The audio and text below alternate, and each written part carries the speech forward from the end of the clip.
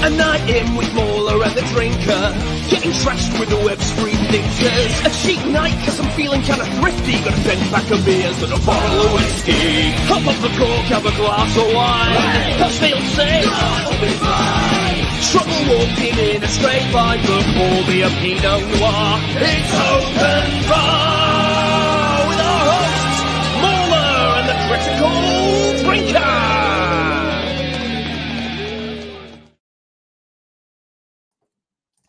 Well, hello, everybody. Whoa. Here we are back on Open Bar. I am back from Grand Rapids. It was an excellent weekend at the Comic-Con there. Got to meet a lot of lovely people. And they actually gave me loads of free booze as well, which is always a bonus. Very much appreciate that. A case that you can put them all in? Or do you just drink it all on the spot? Well, in fact, two of the bottles I actually got through because I sort of drank shots with people when they came up to our booth and said hello. We probably weren't supposed to do that because I'm pretty sure you're not supposed to serve alcohol, but I said, nah, it'll be fine. And I wonder if that's a regrettable gimmick because everyone's just like, I want to drink with you. And you're like, I just look, it's a bit of a foul. Okay. It is a really regrettable gimmick if you are doing a fan meetup in the evening. Because there's usually a bar there, and if you go anywhere near it, you get swamped with people who are like, let's do shots, man, let's do shots. And, well, that's what happened in Orlando, basically. We won't talk anymore about that one, though. You survived. That's what matters. I did survive, yeah, and it was really good fun. So, anyway, it's good to be back here in the UK, and we're getting right back into it. I saw Gladiator 2 today, and we're going to talk about that shortly. Wow. Exciting. But it's customary for us to discuss a little bit about the year that was, and I figured I was going to talk about a few news stories that came out in 2019, which just tickled me. Apparently, YouTube had to ban dangerous prank videos after the Bird Box challenge got people killed. People would do... there was a wave of incidents prompted by a viral challenge involving driving blindfolded. Hence, like the Netflix movie Bird Box, where everyone was. I didn't even remember that. I think my brain's starting to like spark up on it, but it's like, God, people are stupid. Yes, they really are. It was like doing the Tide Pod challenge. Yeah. It says one teenager crashed her car in the US after pulling her hat over her eyes while driving. YouTube said that it can be a home for lighthearted pranks, but reinforced the idea that stunts which put people in danger were against its policy. So. Yeah, don't do the Bird Box challenge, please. It's a quick way to get yourself killed. I also like this one as well. Teenager uses smart fridge to tweet after her mother confiscated her phone. Fridge. Yeah, a tweet from a teenager went viral after she apparently used her smart fridge to post on Twitter after her mother confiscated her phone, giving the electronics brand's LG a social media buzz in the process. She reached new audiences when she started tweeting from unlikely devices, including a Nintendo DS and a Wii. Eventually, she resorted to her smart fridge. She tweeted, I don't know if this is going to tweet. I am talking to my fridge. What the heck? My mom confiscated all my electronics again. It won her thousands of retweets and tens of thousands of likes, and has even inspired the hashtag Free Dorothy. And even LG retweeted it, which I think is great. Anyway, in terms of movies, the biggest films of the year were Avengers Endgame with $2.8 billion.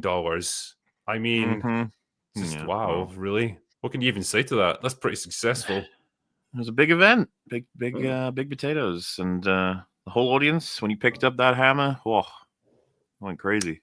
They just went nuts, man. The Lion King came in second with $1.6 billion. The live-action remake. Mm-hmm. We mocked that, but, it did crazy money. So that's why I mock it. It fucking annoys the hell out of me. Imagine if it had been, if it failed. Maybe we'd be in a different timeline a little bit, at least. Because they were like, let's make loads of these. It might have reduced this trend, or it might have delayed the march of the live-action remakes, but I don't think it would have stopped it. It would have just been seen as a blip. We'll do better next time. Frozen 2 was in third place, a sequel that really we never needed, but hey, it happened, I guess. So that's nice. Far From Home came in fourth place with 1.1 billion, which is that's a movie. And Captain Marvel with 1.12. So it's really close between the two of them, actually, because Spider-Man Far From Home got 1.13 Captain Marvel was 1.12. And I just want to say a little salute to Captain Marvel, because without you, I probably never would have had my channel. So, good it's okay. times. Yeah. We also had Joker that year. Glad they never made a sequel, because, wow, that was a one and done kind of story, wasn't it? Yeah, no, it's crazy. There was a talk of a sequel, but they never made it. Never came out. Was never hated. Thankfully, yeah. You might have heard of this one, The Rise of Skywalker. Am I saying it right? Star Trek? I think so, yeah. It might have been a Harry Potter spin-off. I'm not sure. But yeah, that did just over $1 billion. So, yeah. That signaled the end of the film of Star Wars for like probably a decade. Pretty much. Also, Toy Story 4 came out that year. Another sequel that we really shouldn't have got. But it happened. Man, that year was filled with a lot of good stuff too, though, right? Not just all this cringe. Sure, yeah. We got Ford versus Ferrari. We got Us, Yay. Parasite. Yay. Once Upon a Time in Hollywood. I thought Us was shit, to be fair, but keep going. 1917 as well. We got all of that in that year, but then I have to balance this out a little bit. We also got Terminator Dark Fate and X-Men. That was 2019? Yeah. Good God. It's that old, yeah. That's an extreme mixed bag that we got that year. Well, we also got X-Men Dark Phoenix, so how's that for mixed? I mean, Dark Fate's so much worse than Dark Phoenix. I agree. But yeah, I'm with you. Both still pretty bad. So yeah, a real mixed bag of a year, but wow. I had a target-rich environment for like my first big year on my channel, in terms of things to review. Yeah. But anyway, that was the year that was, but let's stop talking about that and talk about the year that is. And for this, we need our group. What's going to happen when we cross into talking about this year so soon? Like in 2025, we'll talk about the 2024 at one point, won't we? That's going to be weird. Well, yeah, we're getting close. I guess we'll 5 episodes, I guess. Yeah, we're close. So 5 weeks, we'll be doing that almost this year. Almost. Yeah, right at the tail end. I think by that point, we'll have had a good gauge of how this year's shaping up we'll by the end of December. That'll be us saying goodbye to the year and goodbye to the concept of introing episodes this way. Yeah, we'll have to find a new thing to do. Like, we'll put our heads together. We'll come up with something interesting. Mm-hmm. But shall we assemble the bar? Yes. Sir. All right. Gentlemen, welcome aboard with the History Bro, Little Platoon, and Chris Gore. Hello, gentlemen. Hello. Welcome back. Hey. Chris, they were all asking after you at Grand Rapids. They were disappointed that you weren't there this year. I was there last year. It was great. Michigan is my home state, so I love it. I have family back there and wish I could have been there. It's a really good con. I'm sure you had a good time. It was great. Yeah. There was lots of booze involved, yeah. And yeah, the people there were really nice. And it was like a really well organized con as well. Like our booth and everything was well set up. We were well provisioned. And it just ran really smoothly. So I liked that. And yeah, I'd like to bring more attention to it because like I feel like it's an up and coming con. So it was nice to be there. Cool. Yeah, I'll get back at some point. Yeah. But anyway, welcome aboard, gentlemen. I know we're gonna discuss Gladiator 2 in a moment, but I did want to pause for a moment to mourn the passing of She-Hulk because sadly she has been removed from Marvel's advertising. We can see here. Yeah, we had the original version up the top there. Look at her there flexing her biceps, and then boom, she's been updated with Deadpool. I mean, I wonder who's more marketable. As much as this could have been done by some random guy in the marketing team who's just looking at some stuff, whatever, I like to believe this is a definitive description of the hierarchy and that she was on the bottom and that she got moved out. I'll say this. I'll say this. I have a friend who used to work in marketing at Disney. Nothing is on accident. Every decision is just, painstakingly discussed. So that wasn't random. That was on purpose for sure. I mean, she would tell me weird stories of like, you can use this stuff, but not photos of R2-D2 from the prequels. They were so specific about any kind of marketing decision. So not random for sure. That was intentional. What they could have done, though, is shovel the PNGs just a little to the left and then put Deadpool in with them all, but they chose to remove She-Hulk. Yeah. I mean, honestly, I have to like ask if some of the others are worth keeping as well. Like Shuri, is she yeah. really a big marketing tool? Like, are Oh, people well, flocking to it's go see Shuri? I think Gary said it was like, this is just the beginning. We'll start to see like they'll get Oh, peeled yeah. away and replaced. You've got Wanda, who's fucking dead. You've got Shang-Chi, who was in a movie like 4 years ago that flopped. I mean, you've got Captain Marvel, who arguably is not going to come back in a meaningful way. I don't know what they got to work with here. I mean, Nick Fury, fine. He's cool enough, I guess. Arguably less cool after Secret Wars or Secret Invasion. Mm-hmm. Loki, I mean, is he kind of done now? Is this the No, end he's of the god of Loki's? time. Yeah. He's arguably the most important individual person in all of the MCU. But is he still going to have an active part to play going forward? As do any of them drink? I don't even know. Yeah, that's fair. And yeah, you should probably have put Wolverine in there actually, because let's be honest, yeah. they're probably gonna rest on him quite heavily. They should just blank all of this and just put Deadpool Wolverine here. Yeah, exactly. Like that shallow pool. He looks so awkward there too, doesn't he? It's like, hello, I'm also here. I think he's slightly out of scale with everyone else. You know what I mean? Yeah. He looks too small compared to the others. Well, that's the thing. That's how crap this probably is. It's probably like a Photoshop file, and they deleted the She-Hulk layer and then dropped a Deadpool one in. Yeah, for sure. It honestly looks like Ryan Reynolds just like hijacked it and put him in awkwardly. Like he should have been like off kilter as well, like a weird angle and stuff. Yeah. Give it time though. Place the ball. Yeah, this is very true. No one cares about like 90% of these characters. That is exactly right. Well, it's a fun little like bar game you could have of name the movie that they're from. In the outfit that they're in, you have to name the movie accurately. If you're like, oh fuck. Yeah, but Shang-Chi, man, like, and he takes up the whole look at him go. Of it. Yeah, look at him go. Indeed, yeah. What a hero! Everyone's favorite. I'm sure Simu Liu is happy about that. How many people remember his movie? Remember he fought like a big ass spooky dragon at the end of it? And whenever I look at him, killed it. Aquafina. Yeah. I've still never seen that movie. Every time someone mentions it, I remember I haven't seen it, and then within 5 minutes, it will be off my list again. The thing is, you probably have seen it, but it's so forgettable that you've completely blanked it. Oh, maybe. The big zombie dragon eats his dad's soul, so he has to get revenge on it. I think that was the first instance I saw in your videos of the phrase "flumpy demon." And my videos, I didn't make a video on that. You did some kind of description of it. I mean, it must have been like either on EFAP or here on Open Bar when you were just like, "There's a big flumpy demon that came over to the army of Shang-Chi."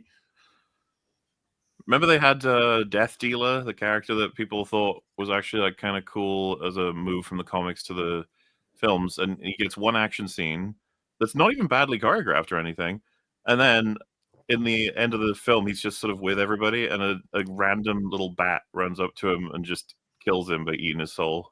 Yeah. I was like, what? that was quite the movie. Are any of them worth keeping? Nah, not really. I was going to be my question, like, how many months after the release of his next movie do you think it will take for them to delete Captain Falcon from the middle? Because it hasn't worked. Will he be there this time next year? He's the front runner, I guess, which is just like, okay, is he? I don't know. I guess so. I mean, is Thor not still in it? Shouldn't he be there? He's in it. I mean, he's in the universe, but whether Chris Hemsworth is on board is another thing. Correct. Yeah. Well, because he's got like an actual career, right? So it's hard. Him and Benedict Cumberbatch are both people who are like in the MCU still, but they're actually in other movies. Yeah, like big movies. So it's hard to lock them down.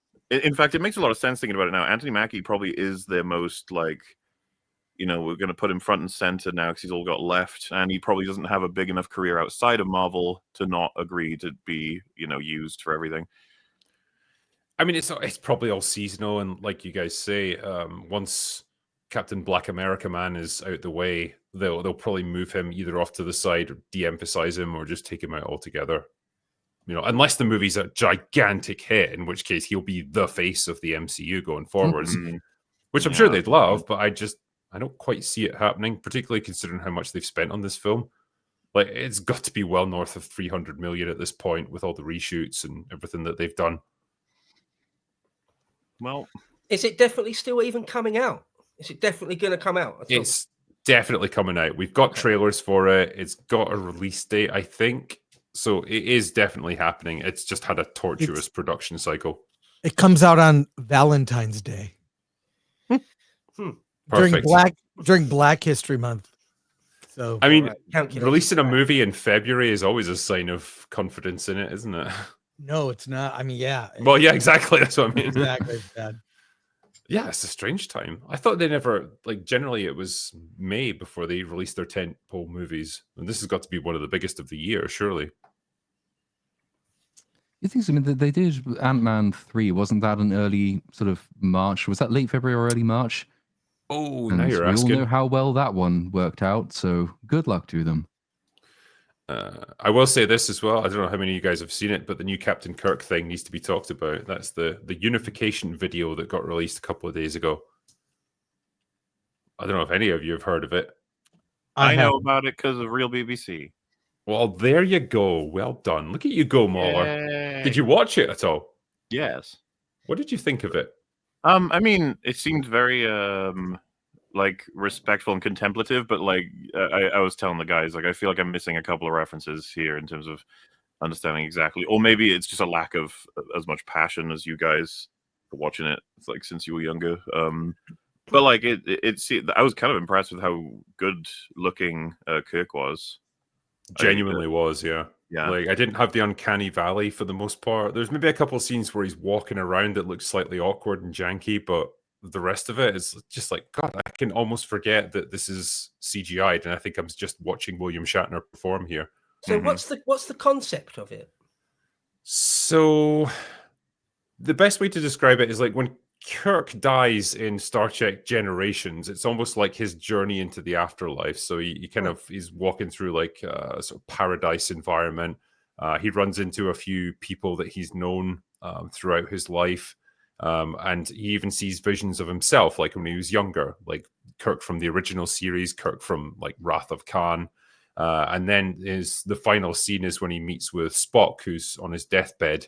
And the two of them kind of clasp hands and look off into the sunset as the credits roll. So it's kind of like them making their final journey, as it were. And it's, I'm not doing a very good service here by describing it, but it's very well acted. It's well shot. The soundtrack is excellent, and it's all accomplished with no dialogue. It's all just gestures, facial expressions, but it kind of conveys a lot of emotion.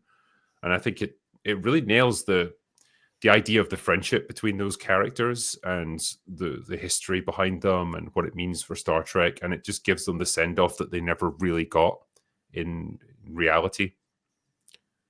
So it's nice. Yeah, I felt like Star Wars Theory probably felt when he saw Luke Skywalker like reappear at the end of The Mandalorian. Only this was good. I mean, my thoughts on it are, I think Spock's death in Wrath of Khan, probably one of the greatest movie send-off deaths of all time, because Spock's death was in an act of self-sacrifice, and he was there amongst people that he's had adventures with, people he loves, and it was meaningful.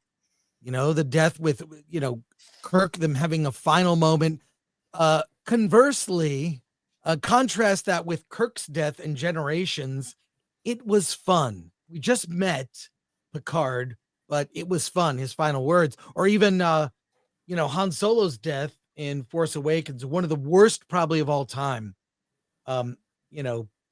There's Rey and Finn, I've known them for a couple days at best, maybe. And they're so upset over his death, and it's not an act of self-sacrifice, and it was terrible. So yeah, I would, like you, Drinker, I also did not cry watching it. So yeah. I did not get weepy or emotional. Yeah, I mean, like, shit, man, it takes a lot to get a tear from my eye, but this, I think it managed it, I must admit. Maybe it's just the frame of mind I'm in or something, I don't know, but wow, I think it nailed the poignancy of that moment. And I think perhaps, going back to what MauLer said, like he's not quite as into Star Trek as some other people. I think maybe you have to have the history with it. to really feel, I guess, the emotion of that moment, you have to have that weight of emotion behind you. So yeah, maybe that was it. But yeah, I mean, I can't fault it as a piece of work that was probably done on not a huge budget and is kind of an unofficial thing. I know it was the Roddenberry estate that did it, but the fact that Shatner gave it his blessing and actually did a little bit of performance in it as well, it feels like his last Star Trek appearance. It's like the send-off that he never got, and it was nice to see. So it made me very happy. Yeah. But anyway, I thought it was great. That's people. If the people who made that put the same kind of care towards all these IP that we're seeing crumble and die before our eyes, it would be nice to see. It'd be nice to see the people who made that kind of passion, that kind of, what is going to tug at the heartstrings, what will be meaningful. And I don't know that it's a good idea to be killing off these legacy characters. Can't they just, hyperspace off into the sunset or whatever, or warp into the sunset? Like, do they need to die? Can't they just have adventures forever in our minds? So, yeah.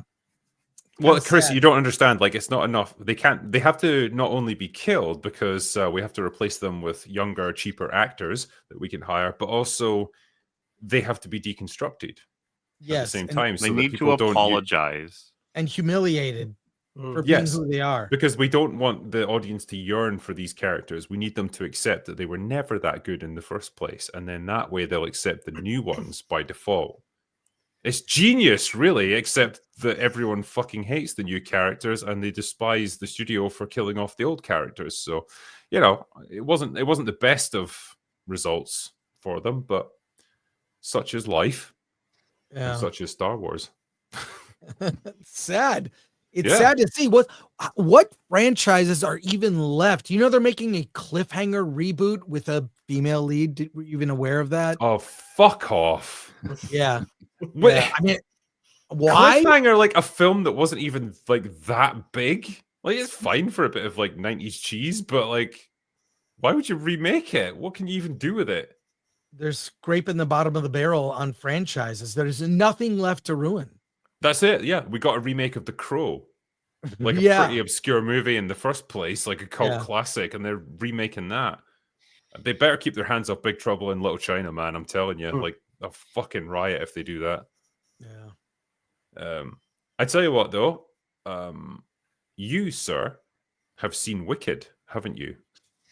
Yes, I have. You have had the privilege of seeing it. So yeah, it doesn't open until tomorrow. So I guess, can you fill us in? What is it like? What is it like to experience? Well, it's like that. Do you like Thai food? Sure. If you like Thai food, you'll like it. If you do not like Thai food, I don't mean literally, you're not going to like it. It's a musical. It's super gay. It's very female centric. It's a direct prequel, and the story happens concurrently with events in Wizard of Oz, and it's in the style of the original Wizard of Oz, which was, for me, one of my greatest memories. Was I come from a different era, drinker. Both Gary is also from that era where movies were on TV. There were no VCRs, no DVD. They were on TV for a night once a year. That was it. Movies like West Side Story, Gone with the Wind, 10 Commandments, and Wizard of Oz. It was an event. The whole family was in front of the TV with an aluminum bowl filled with popcorn, and we watched movies. And Wizard of Oz is iconic. So I'm a huge fan of the play. I think the play is a great story about friendship, not any gay undertones to it at all, just friendship. And when I saw it, here's my nerd brain, having seen Wicked, the play, was like, if only the story of the fall of Anakin Skywalker and the friendship of Obi-Wan and Anakin was handled in the same way as this, we'd be praising the prequels. The prequels is, I think we look back on the Star Wars prequels as, well, it's aged better than the sequels. I think the sequels, we all agree, is just completely dismissible. And I don't even know why they're going to continue that story. It's pointless. But Wicked as a story is really amazing. It's the book and the play are different. The movie is also different in the sense that they added some things that actually make it better. So I am a fan of it, acknowledging also that it's very gay, but it's also like refreshing because the relationships in the story, Elphaba is the woman who will become the Wicked Witch of the West. You've got Galinda, who becomes Glinda the Good Witch. They have friendship. They were roommates in college, Shiz University, and you see rivals that become friends. It's a really beautiful story, and they both have boys they like. It's refreshing. Go to a movie and see heterosexual romantic relationships featured on screen. So that I like too. But in the background of the movie, it's so gay. And I mean, I'll give you an example. So the residents of Oz and the students at Shiz University, you see guys in pants, guys in skirts, guys in what can only be described, and nothing is over. It's there if you're looking for it, and kind of really there. There are drag guys in drag. There are women in pants. It's so they have this whole thing. You got pants, skirts, and then this weird half skirt. And let me see if I can share screen for something for a second to show you. It's this image that I don't know how to tell you this. This is on bathrooms in the United States. And it's basically you've got the male icon, female icon, and this kind of half skirt, which is to designate trans. So Bowen Yang plays a character in there, one of Galinda's friends. He's wearing a half skirt. It's kind of weird, but again, it's not overt. It's just this is literally for women and gays. This is the Super Bowl. This is Avengers Endgame because the play is 25 years. It's been around, and I've seen it 4 times. The Broadway play, which I think it's a great story because I love Wizard of Oz. If you don't love that, like Thai food, or you don't, you're not into it, you're not gonna like it. I can't, it's like arguing over flavors of ice cream. You've got your favorite, you've got ones you don't like. Gary, I saw his out of the theater review. He did not like it. He acknowledged it's 2 hours and 40 minutes, but so it's a slog, right? But it's only half the story, and it ends exactly at the same place that the Broadway play has an intermission.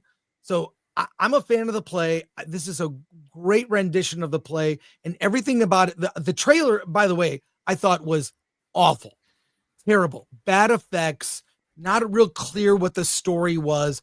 That trailer was rushed. It was a mess. Everything that it's much improved. If you thought that trailer looked like crap, I would agree with you, but the movie is much better than that trailer.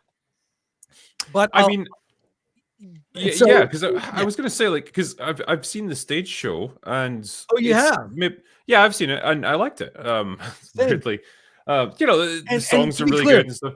Like, I get your audience, we're both straight. Yeah. And hey, I can appreciate musical theater, okay? Even I have my moments. I get what it's doing, and it's actually beneath it, all the songs and stuff, which are all just about the spectacle and the performance. Like, it's a decent enough story about friendship between 2 unlikely people and kind of discrimination against outsiders and class warfare and all that stuff.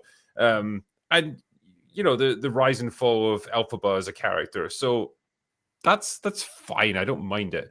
But I'm curious as to why they needed 2 movies for this, because it's not a complicated story.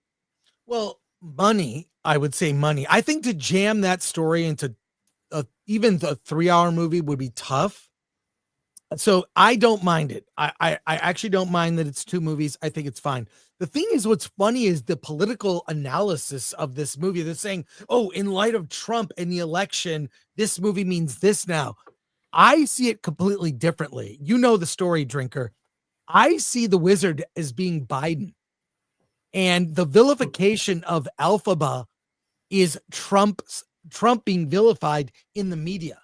That's how I see this now. Literally, I put out a tweet about it. Like the way they completely turn Alphaba into a villain, right? She has a virtuous cause, right? The animals and whatnot. We don't want to get into too much detail, but I see her as Trump and the wizard as Biden, blaming the witch for all that's wrong, and we have to get the witch. I always Trump just is the witch.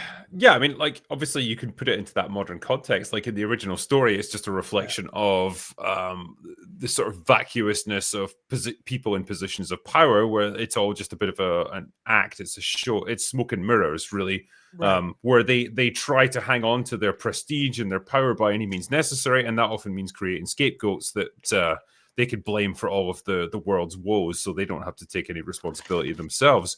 And yeah, you could probably apply that to any political leader, because that's really what they do, isn't it?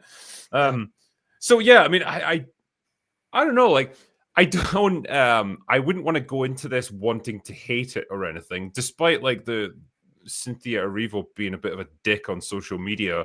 Yeah, I guess I would want to give the movie a fair shot if it came down to it. Yeah, and coming from a position of having enjoyed the stage show, it's not a terrible story. I feel like in some ways it spawned this modern era that we see of trying to redefine villains as anti-heroes that you're actually secretly rooting for. So I don't love what it represents thematically, but in terms of just being an interesting story with fun characters, yeah, I liked it at the time. I mean, I hope it's fun. I hope it's good. Like, I guess what I'm saying is, like, I don't necessarily want it to fail or anything. I don't really have strong opinions about it either way. This will make $1 billion. It's going to play all through the holidays. It's the movie that the family at Thanksgiving or Christmas can all agree upon, right? Because a lot of movies, like, we're not talking about Red One now, because what a terrible piece of streaming garbage. It's a for me, it's not even so bad it's good. It's bad that it's like, I don't know. I also like bad movies. So this will be it's very bad. I was going to say, tell us a little bit about Red One, because The Rock reckons that that's, like, in terms of IMAX performances, it's going to be game over for every other movie. He did say game over, and it sounds like it was actually game over, but it was a very, very different meaning of that phrase. It's Red One is everything wrong with modern Hollywood. Too much digital. It's too long.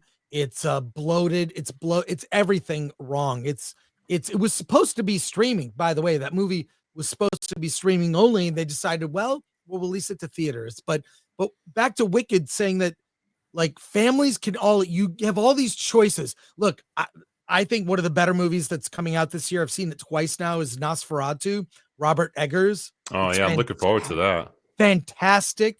A whole new take on it. It's so good.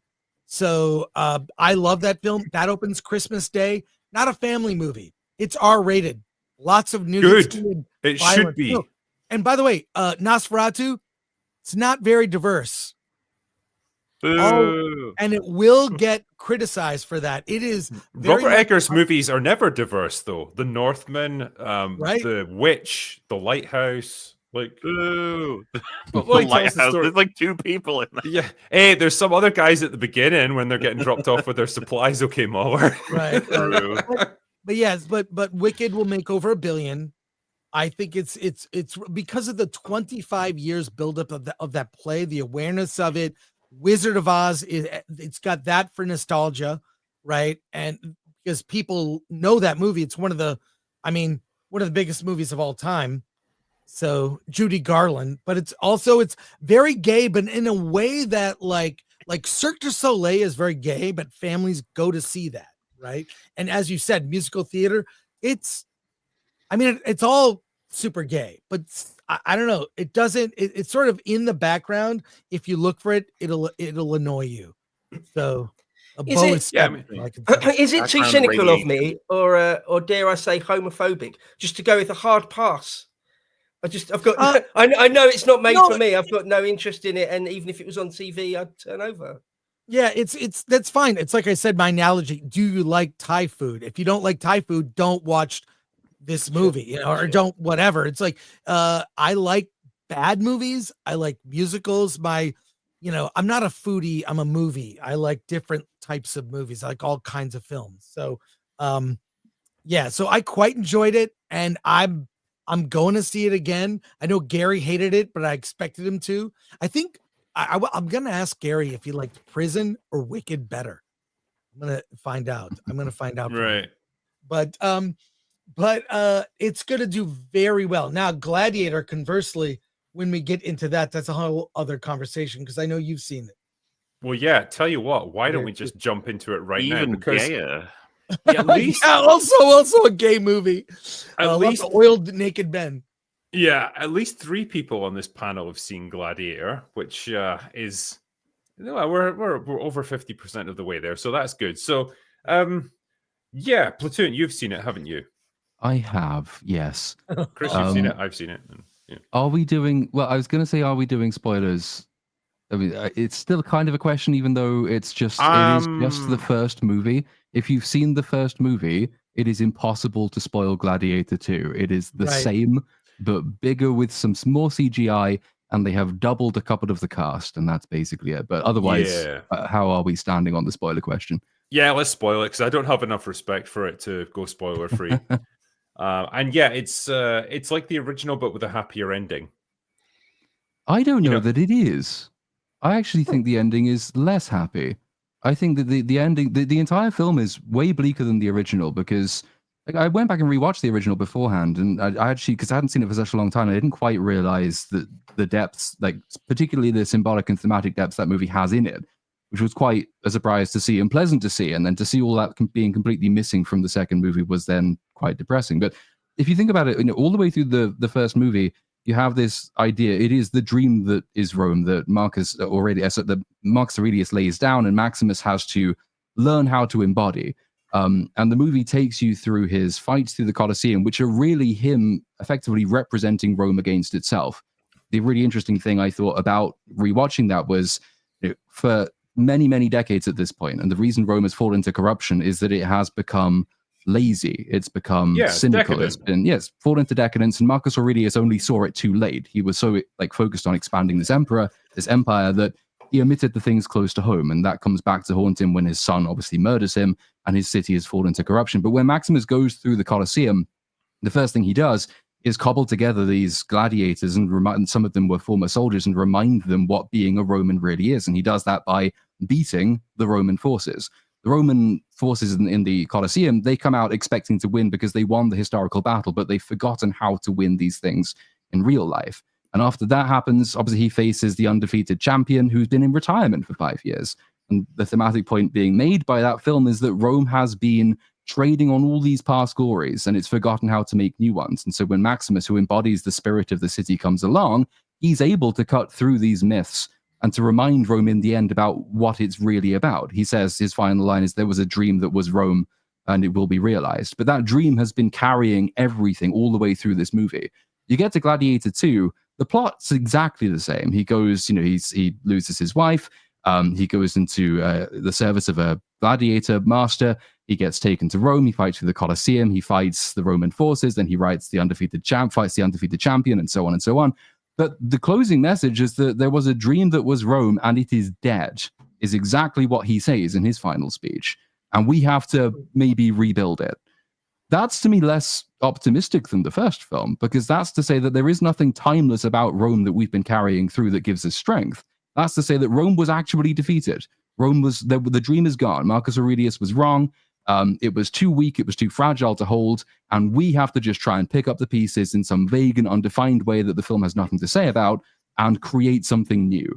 And to me, that's more miserable than the first film is, not to mention the fact that the mere act of carrying that story on means that Maximus's entire journey in Gladiator 1 is now pointless.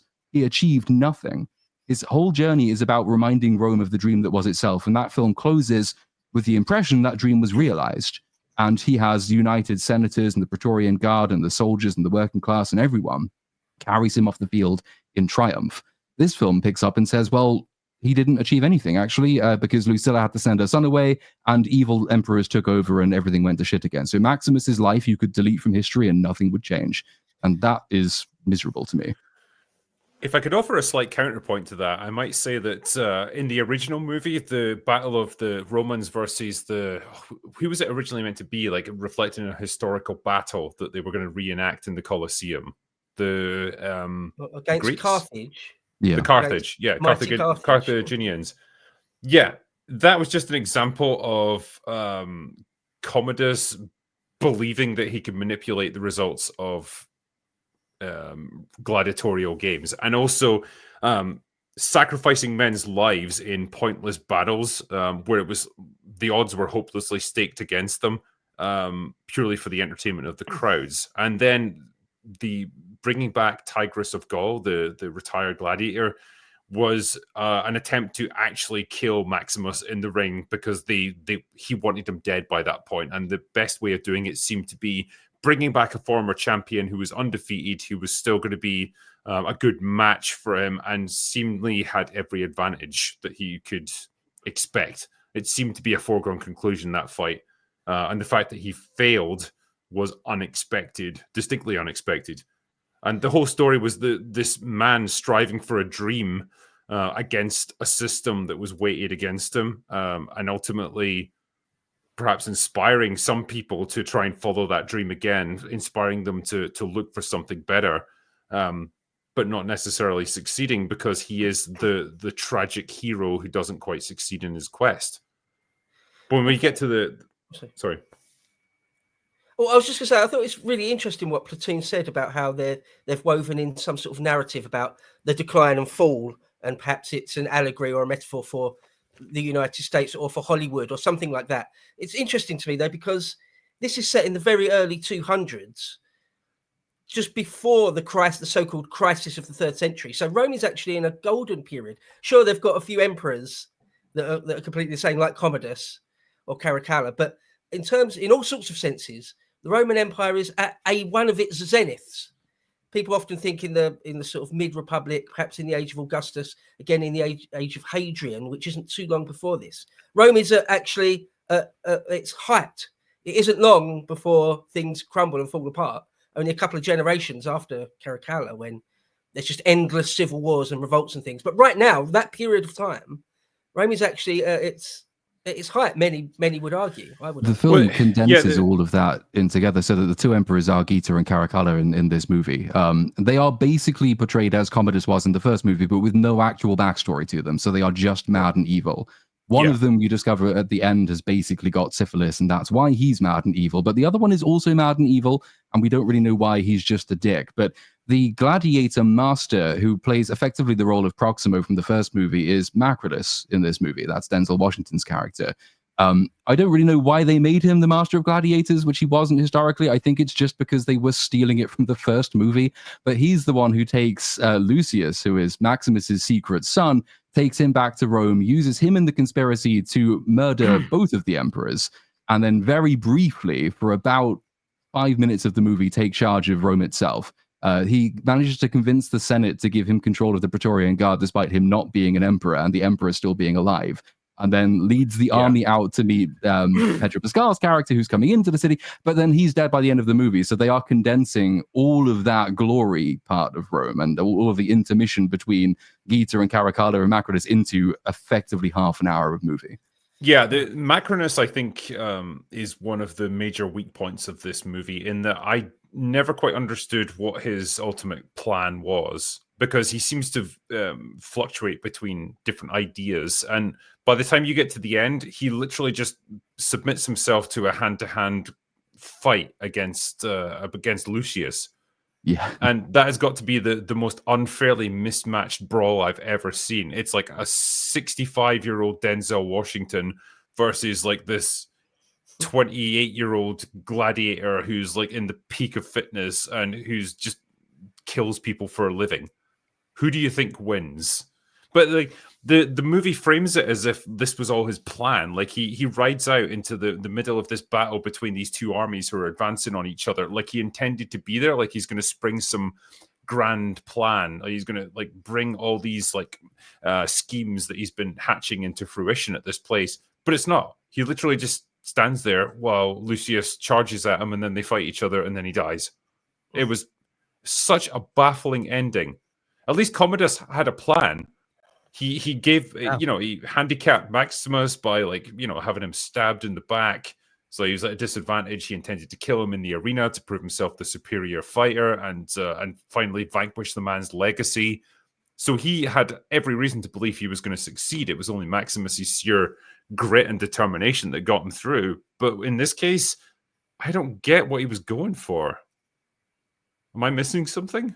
No, I mean, it's an example, I think, of the film being very much hamstrung by the fact that it is copying and pasting the entire structure from movie one. So it had to end with them fighting because the first movie ended with them fighting. The fact that it makes no sense for Denzel Washington's Macrotus to do it is just a fact. Well, so many instances in this film are the same scenes from the first movie, but stripped from the first movie's context, they make no sense.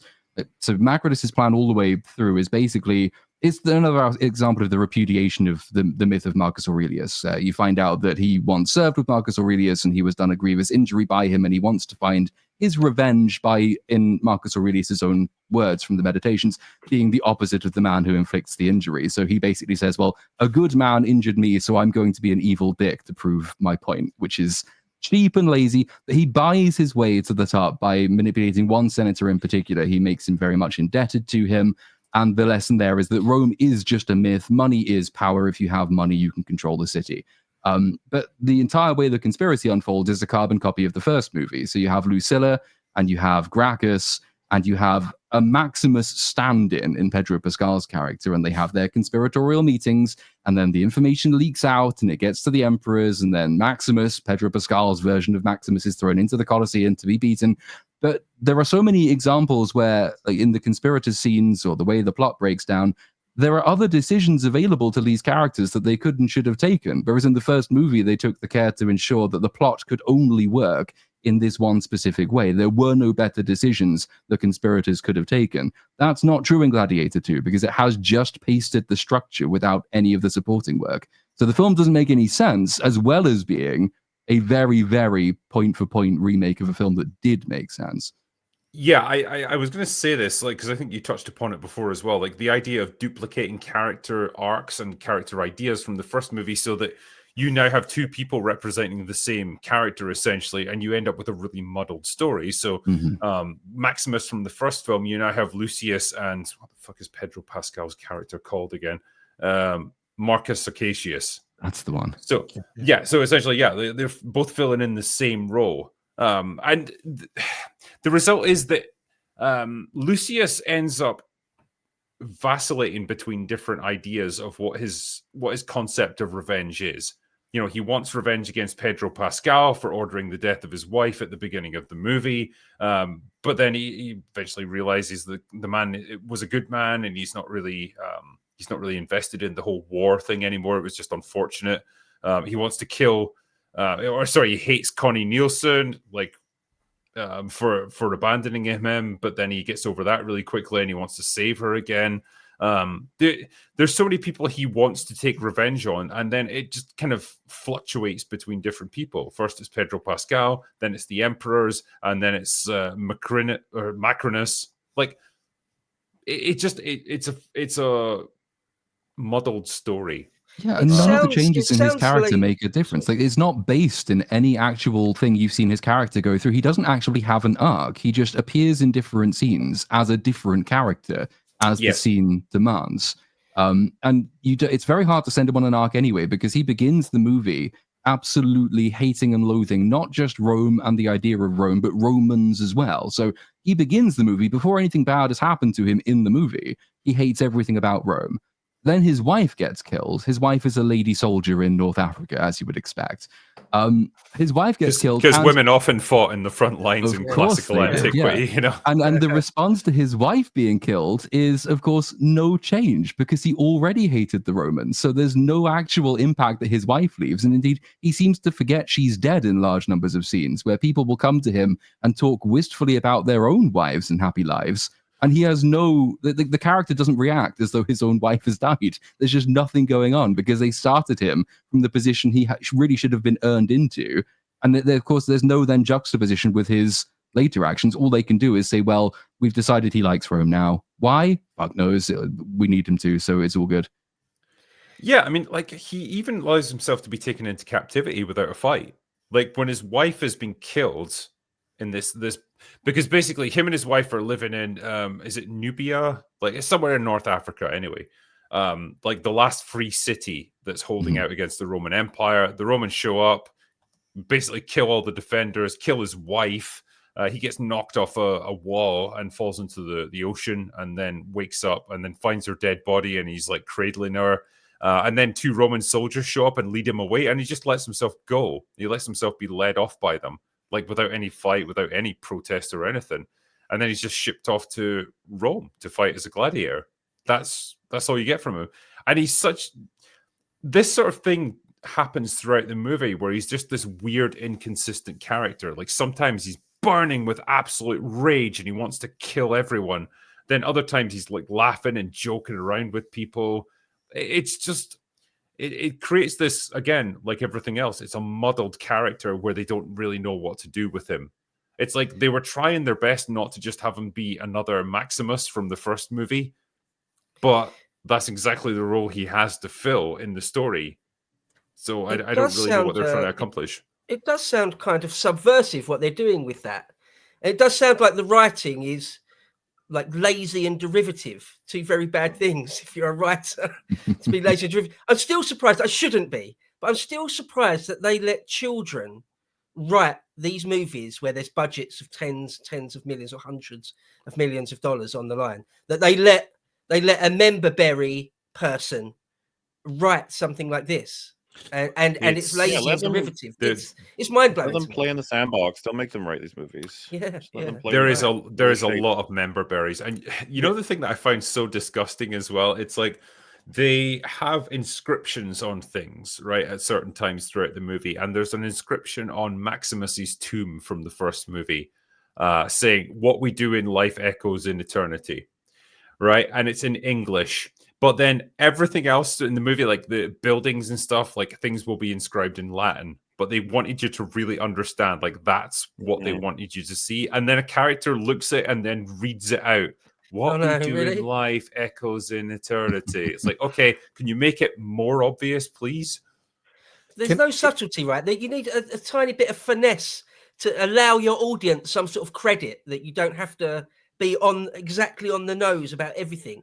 It's a shame we've lost that largely. Oh, this film hates subtlety. It can't deal with it. So, like, the fact that in the first movie, we understand that Lucilla and little Lucius, the kid, are both in danger. Like, their lives hang in the balance when Maximus goes to fight Commodus. Commodus is threatened to kill them.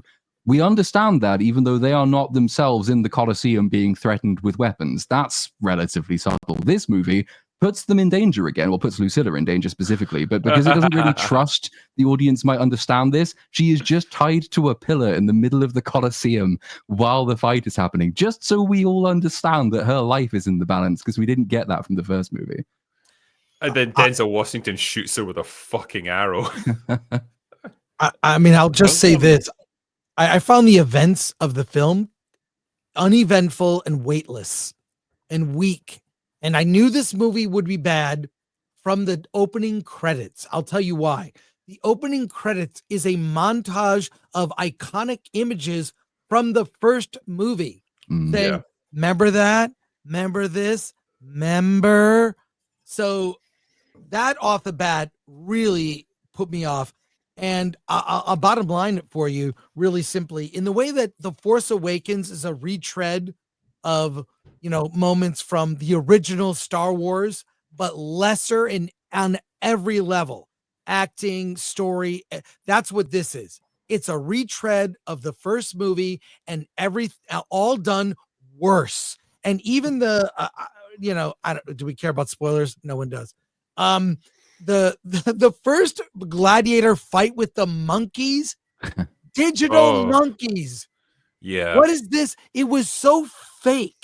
I mean, the effects in the original were really well done. They had some digital trickery that was of the era, but it had verisimilitude. It felt real. And in this, it looked like a PS4 game. I'll give it credit. PS4. It was bad. That opening battle scene, which was supposed to be epic, was weak. Yeah. And the one woman in armor, what was that about? I cannot believe it. Ridley Scott is 86. He's catching up to Clint Eastwood, and I saw Clint Eastwood's last movie.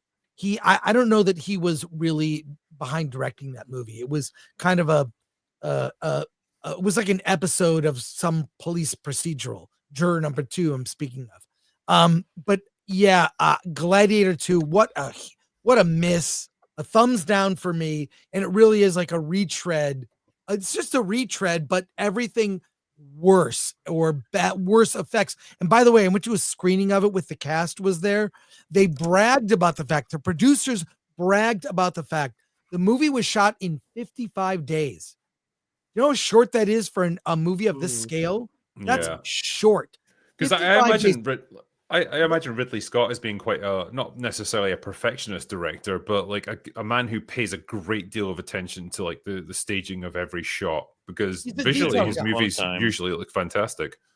But I really was so disengaged, and that the titles alone conveyed to me it wasn't consistent. As you pointed out, English lettering.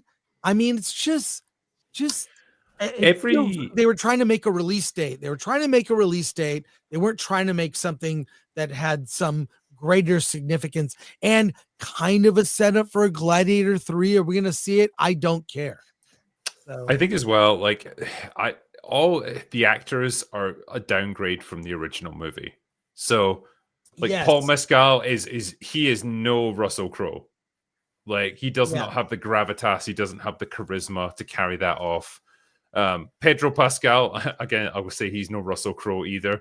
True. Like he delivers an adequate performance in this. Like I think he's okay. He says the lines that he needs to say, and he actually does the sort of theatrical English accent okay. But yeah, like not really compelling, and the script doesn't seem to know quite what to do with him either, because he's like a character that gets discarded in the second act, and then that's it. He's out the movie. Denzel Washington, fuck, like I love him in a lot of movies, but he's no Oliver Reed. Like he was so. Sorry. It's usually he's clutch. He's in a bad movie. He's good in a bad movie. This is the worst performance by Denzel in his entire career. And that final fight scene you referenced, the audience I was with laughed at inappropriate times. Okay, that's when you've lost. I mean, a packed audience at an IMAX screening, and people were laughing. It was bad. Does Denzel play it with an American accent? I take it he does. Yeah, he's basically got his New York accent, which is because everyone else has got that kind of like vaguely English sort of theatrical accent, the posh one that you do when you're playing a Roman. Yeah. But then he just goes in with his full-on New York accent and he doesn't give a fuck. Does he like say "I" and stuff?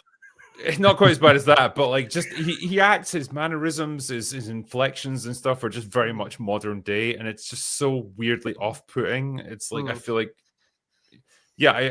I'm watching a bunch of Amdram enthusiasts staging this as a sort of contemporary remix of like a Roman drama. It's weird. It's like he's been told to the acting direction was basically exaggerate, and the question obviously is, well, exaggerate what?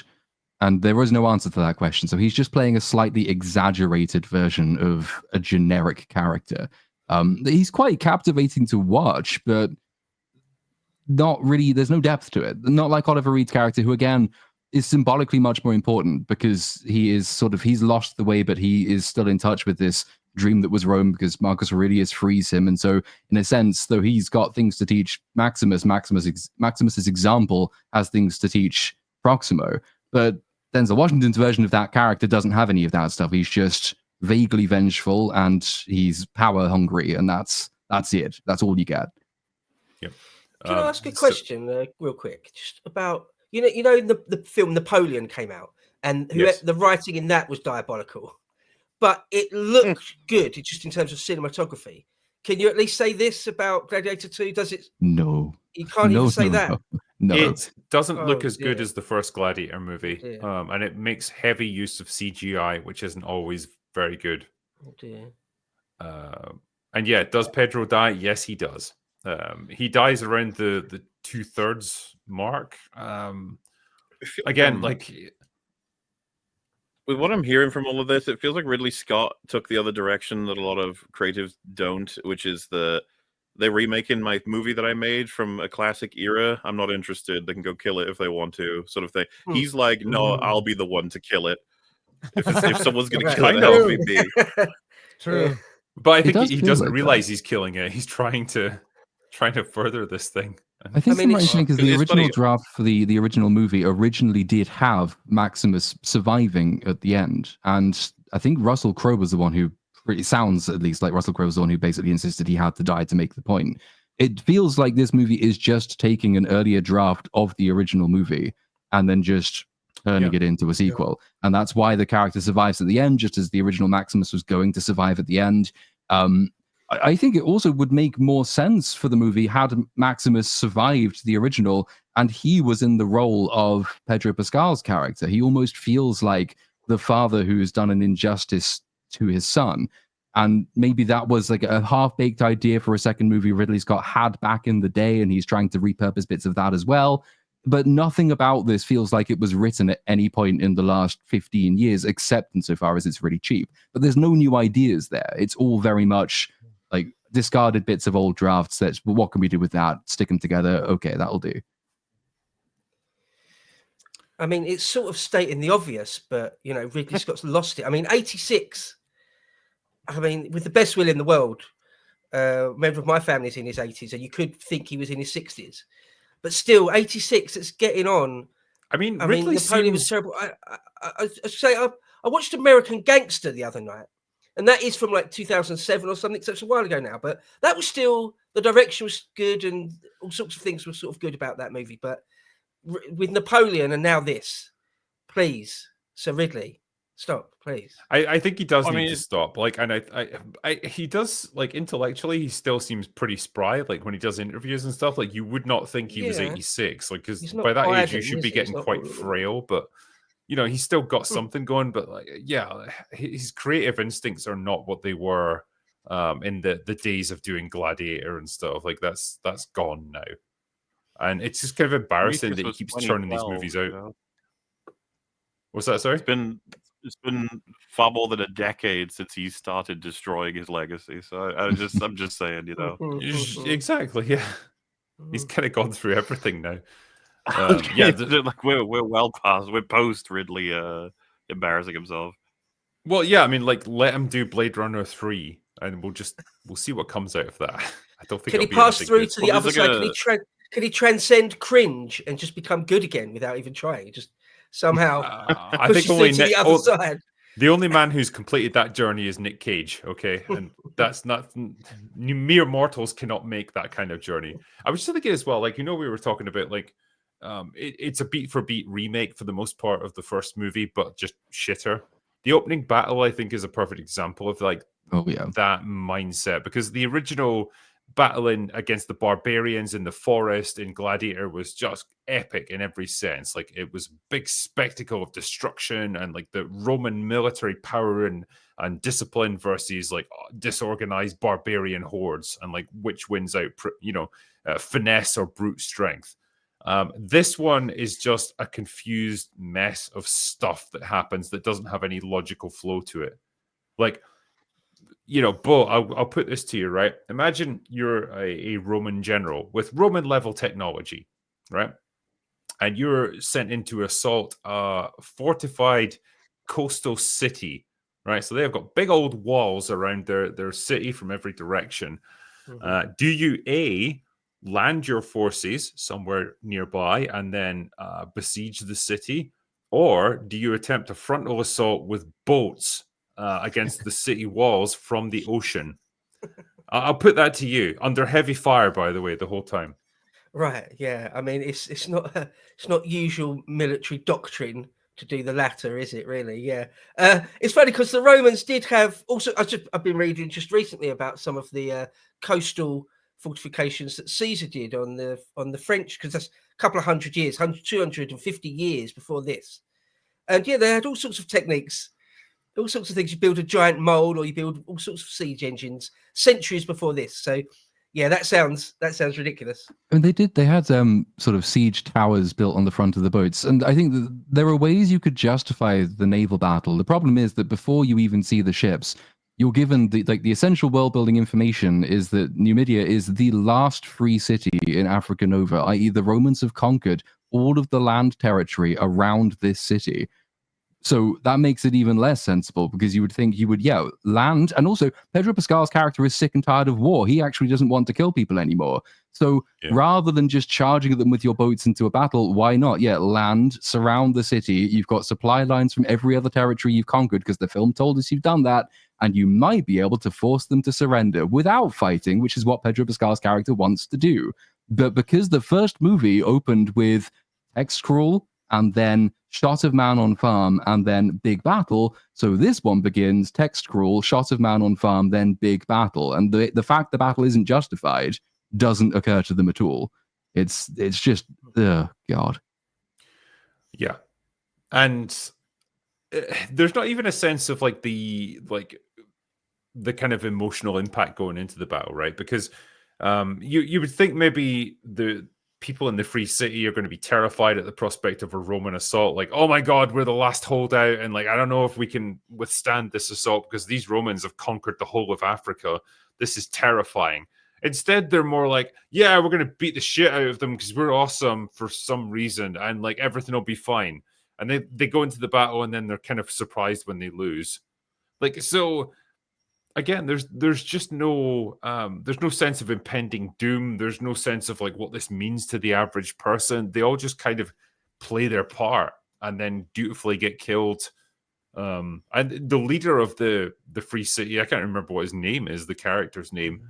He gets his arm broken in the fighting, and then he goes into the Roman gladiator arena and just sort of sits down and dies and lets a monkey eat him. He gets killed by a baboon. It's just, what a terrific character. When you compare how important the side characters were in the first movie, because they show that Maximus is awakening the old fire in the fellow gladiators. There are other gladiators who are characters. And it's very important that you see the journey they go on to understand the effect he's having. But this guy, he just sits down and gets munched by a monkey. It's not quite the same. It sounds very ham-fisted. One of the great things about the first film, because I rewatched it not a few days ago, is it is handled very, very well. There's so many things in it that are done so brilliantly and in very subtle way. You know, that thing of letting your hand just slowly touch a field of corn. That's a cliche now. I see an advert for Sainsbury's or something use that the other day. But that was first used in Gladiator, right? Mm-hmm. The first, and I hope you like that shot, by the way, because it's fucking used over and over in this movie. Yeah. Final shot of the film, Gladiator 2. The final shot is the hand through the corn. Oh, really? Yeah. Oh my God, really ham-fisted. But there's loads of other little things, like the characterization of Maximus before that first battle in the first film. It's very, very subtle. Hardly any dialogue. Hardly any. But you get the impression of a slightly weary warrior who's ready himself for what he hopes is going to be his final battle before he gets to go home. That's all great stuff. But with Pedro Pascal's character, one, it has to be spelled out to you, and two, the film doesn't really convey that properly, and then he's just immediately sent off on other battles. At which point he decides, I need to overthrow these emperors, so I'm going to straight out spell that out to the audience by telling my wife about it, in the presence of a servant, by the way, who totally overhears them and rumbles them. But that's another story. It's all just, all these concepts from the first movie that were used so effectively are just so ham-fisted, like you say here. They're so obvious. They're spelled out to the audience. It's like the intended age of the people that should watch this has gone down by about 15 years. Or mental age, should I say. And it is great when movies do that. They give the audience credit. There's just a subtle change of emotion in a character's face. And if you weren't paying attention, you would have missed it. People like that. People feel like they're not being treated like an idiot if you do that sort of thing. I don't know, really why that general trend away from that. Why is it's rare that you get that now. I mean, we're fine as audiences, we can handle it. I honestly don't know if it's executives like making decrees from above, because Gladiator 2, I think, is it's quite like highly rated in terms of the age rating, because there's a lot of violence and stuff in it. There's not nudity or anything, so maybe they can get away with it. But yeah, I don't know. I don't know what this need is to like make everything like really obvious and really simplistic, and like go from an adult audience to basically a teenager audience where everything has to be a bit simpler. Not sure. Like the Michael Bayification of Hollywood. Possibly, yeah. I've got a couple of questions here. I saw Gladiator in the theater back in the day when Commodus whined, and now they cheer for him instead of me. A guy behind me cracked up, and the whole theater with a perfectly timed wah. Okay. I will say the Roman emperors in this are some of the worst performances I've seen in a mainstream movie ever. I think. I agree. Their acting is fucking horrendous. Like, I get that they're supposed to be playing, like, at least one of them is properly insane from syphilis or whatever. The other one is maybe slightly more balanced, but still kind of crazy anyway. And they're there to emphasize like the decadence of Rome, the disconnection of like the aristocratic ruling class and everything. But good God, it's like how they don't lazy hand that up is. candle. You would think, because these are two really interesting historical characters, and this panel is better able to speak to this than I am. But their father, sort of Septimus Severus was, or I always call him Severus Snape, but it's not him. But same guy. He wants them to rule together, and they're so incapable of doing it. They try to split the empire between them, and their mother is the one who holds them back. And there's like mutual assassination attempts, and one of them gets killed in his mother's arms by the brother. And there's supposed to be this incredible paranoia and rivalry between the two historical characters. But in this movie, they're just, because they're made into be twins, which I don't think they are historically. I think that was just the attempt to try and portray them as one entity. There's no real difference between them. There's no rivalry throughout, and there's no meaningful contrast between the one who is actually mad and the one who isn't actually mad, but acts in exactly the same way as the one who is, so you can't tell the difference. But with these two fascinating characters, you could do like so many stories you could tell, which are different than the first movie. How do you take this really, really interesting premise of an empire split between two rulers who hate each other and turn it into just the first movie again, where they are basically communists with no backstory? How are you that lazy, Ridley? Have you got no other stories to tell? It would seem not. I have to say as well, seeing Matt Lucas appear in this movie just immediately took me out of it. I don't know why they put him in. Wait, I know he's just like he's like a kind of hype man for the Gladiator fights. So he's there to just like introduce the combatants. Is he the new version of the dude from the original film who has that amazingly specific voice? Yes. The barbarian hordes. That guy. Yeah, like basically. Voice that's like, whoa, you're a smoker. What?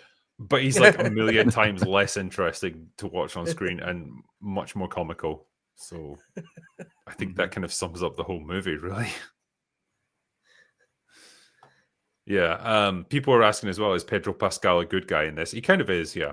He's just like he's playing the Maximus sort of military role, where he's like a disillusioned general who doesn't want any more wars and wants to overthrow the emperor who's corrupt and institute a more just government. And there's a vital part of the conspiracy is that, as in the first movie, Maximus becomes important to the conspirators because they locate his old legion and they know they're still loyal to him.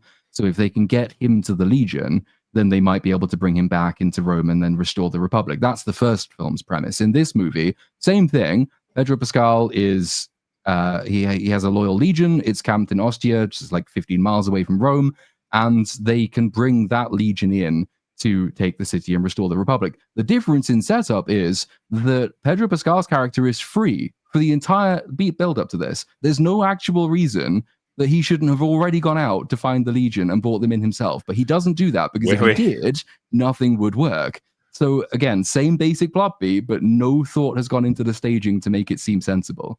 No, you don't understand. You see, Connie Nielsen says to him, like, you have to rescue Lucius first before you bring in the troops and overthrow the emperors, which would allow you to save Lucius at your leisure. Which she only learns properly that he's her son, like the night before it's all supposed to happen. So that, again, the same problem holds, which is why hasn't he done it already, given he's been in Rome for a week at this point? And why would he necessarily want to save Lucius? And why doesn't she tell him that Lucius actually really wants to kill him? That seems like important information. Like all of these things that just like so many other options available to these characters, and they just don't take them. Well, it does sound like some opportunities missed, because I mean, one of the things is that Caracalla is an absolutely fascinating standout emperor among a list of incredible lives. Right, he's one of the maddest. He's among the most cruel ones. I think of Elagabalus, obviously Nero, Caligula, and Caracalla's in that group almost. There's something very, very Romulus and Remus about the fact that he murdered his own brother. To not really explore Caracalla in any real way is what I'm hearing. It is, again, more than sort of a waste. It's sort of inexplicable. Why would they do that? And I know in the original one they play around with history, because Commodus doesn't die on the floor of the arena. Yeah. So they changed history in the first one. Okay, but did you say they just have both the emperors, Gita and Caracalla, just murdered at the same time? And no, not quite the same time. One murders the other. Okay. Because he's manipulated by Denzel Washington's character into believing that his brother's going to throw him under the bus and blame him for how unpopular they are, and so he strikes first to kill him. He goes to pause, and then again, this film hates subtlety. So his brother tries to tell him to stop, and he does stop. He sort of pauses, and then Macronus comes up behind him and literally grabs his arm and then uses him as a puppet to stab his brother. Because, again, we couldn't have got the point if we hadn't seen that. If it was subtle, we might have missed it. Yeah. I mean, none of that is in the accounts. No. I mean, I do wonder as well, when it comes to Macronus becoming senator, and he's second, what's it called again? Consul. Consul, that's it, yeah. Would the Roman Empire have been accepting of having Africans as second consul? One of the most high-ranking positions within the empire. I don't get the impression that they would have allowed outsiders in to do that sort of thing. Well, yes and no. Depends what you mean by Africa. So first of all, let's talk about that. When Septimius Severus, it's talk of that he's African born. It doesn't mean he was black, sub-Saharan black at all. It means that it would either have, I mean, Septimius Severus was extremely aristocratic and patrician. It's we sent over lots of Britishers to go and live in India and control India when we had the Raj, the British Empire. They weren't Indian, right? You're making you're confusing the fact if the viceroy of British India was an Indian person. No, right? Okay. Even if he was born in India, it doesn't make he wasn't Indian. So at most, the North Africans in the pre-Islamic expansion, which we are, we're still talking the early 3rd century AD, they would have been probably more like Phoenician people, which would have looked like perhaps Assyrians. They would have looked olive-skinned, dark hair, brown eyes, but not black, not sub-Saharan Africans in that sense at all. So, so there's that for a start. But having said that, by this point during the Roman Empire, it would have been possible to have been a consul without necessarily being from sort of the greater Roman area or being Italian. So, you had emperors already that were sort of more Greek. But still, Macronus does become emperor, doesn't he? Historically, in real life. He only survives for about a year, I think, and then he's murdered by one of his guards while taking a piss, from what I recall. Yeah, that's right. I mean, by the time of Macronus, you're getting close to what historians call the crisis of the 3rd century, which is really the second 2/3 of the 3rd century AD, the 200s. That's the fall of the Roman Empire at that point, really, isn't it? Yeah. Well, it's the crisis of the 3rd century only ends with sort of Constantine, which is something like a silver age, or So we actually in this period, it's just before the crisis of the 3rd century, so it gets a lot worse.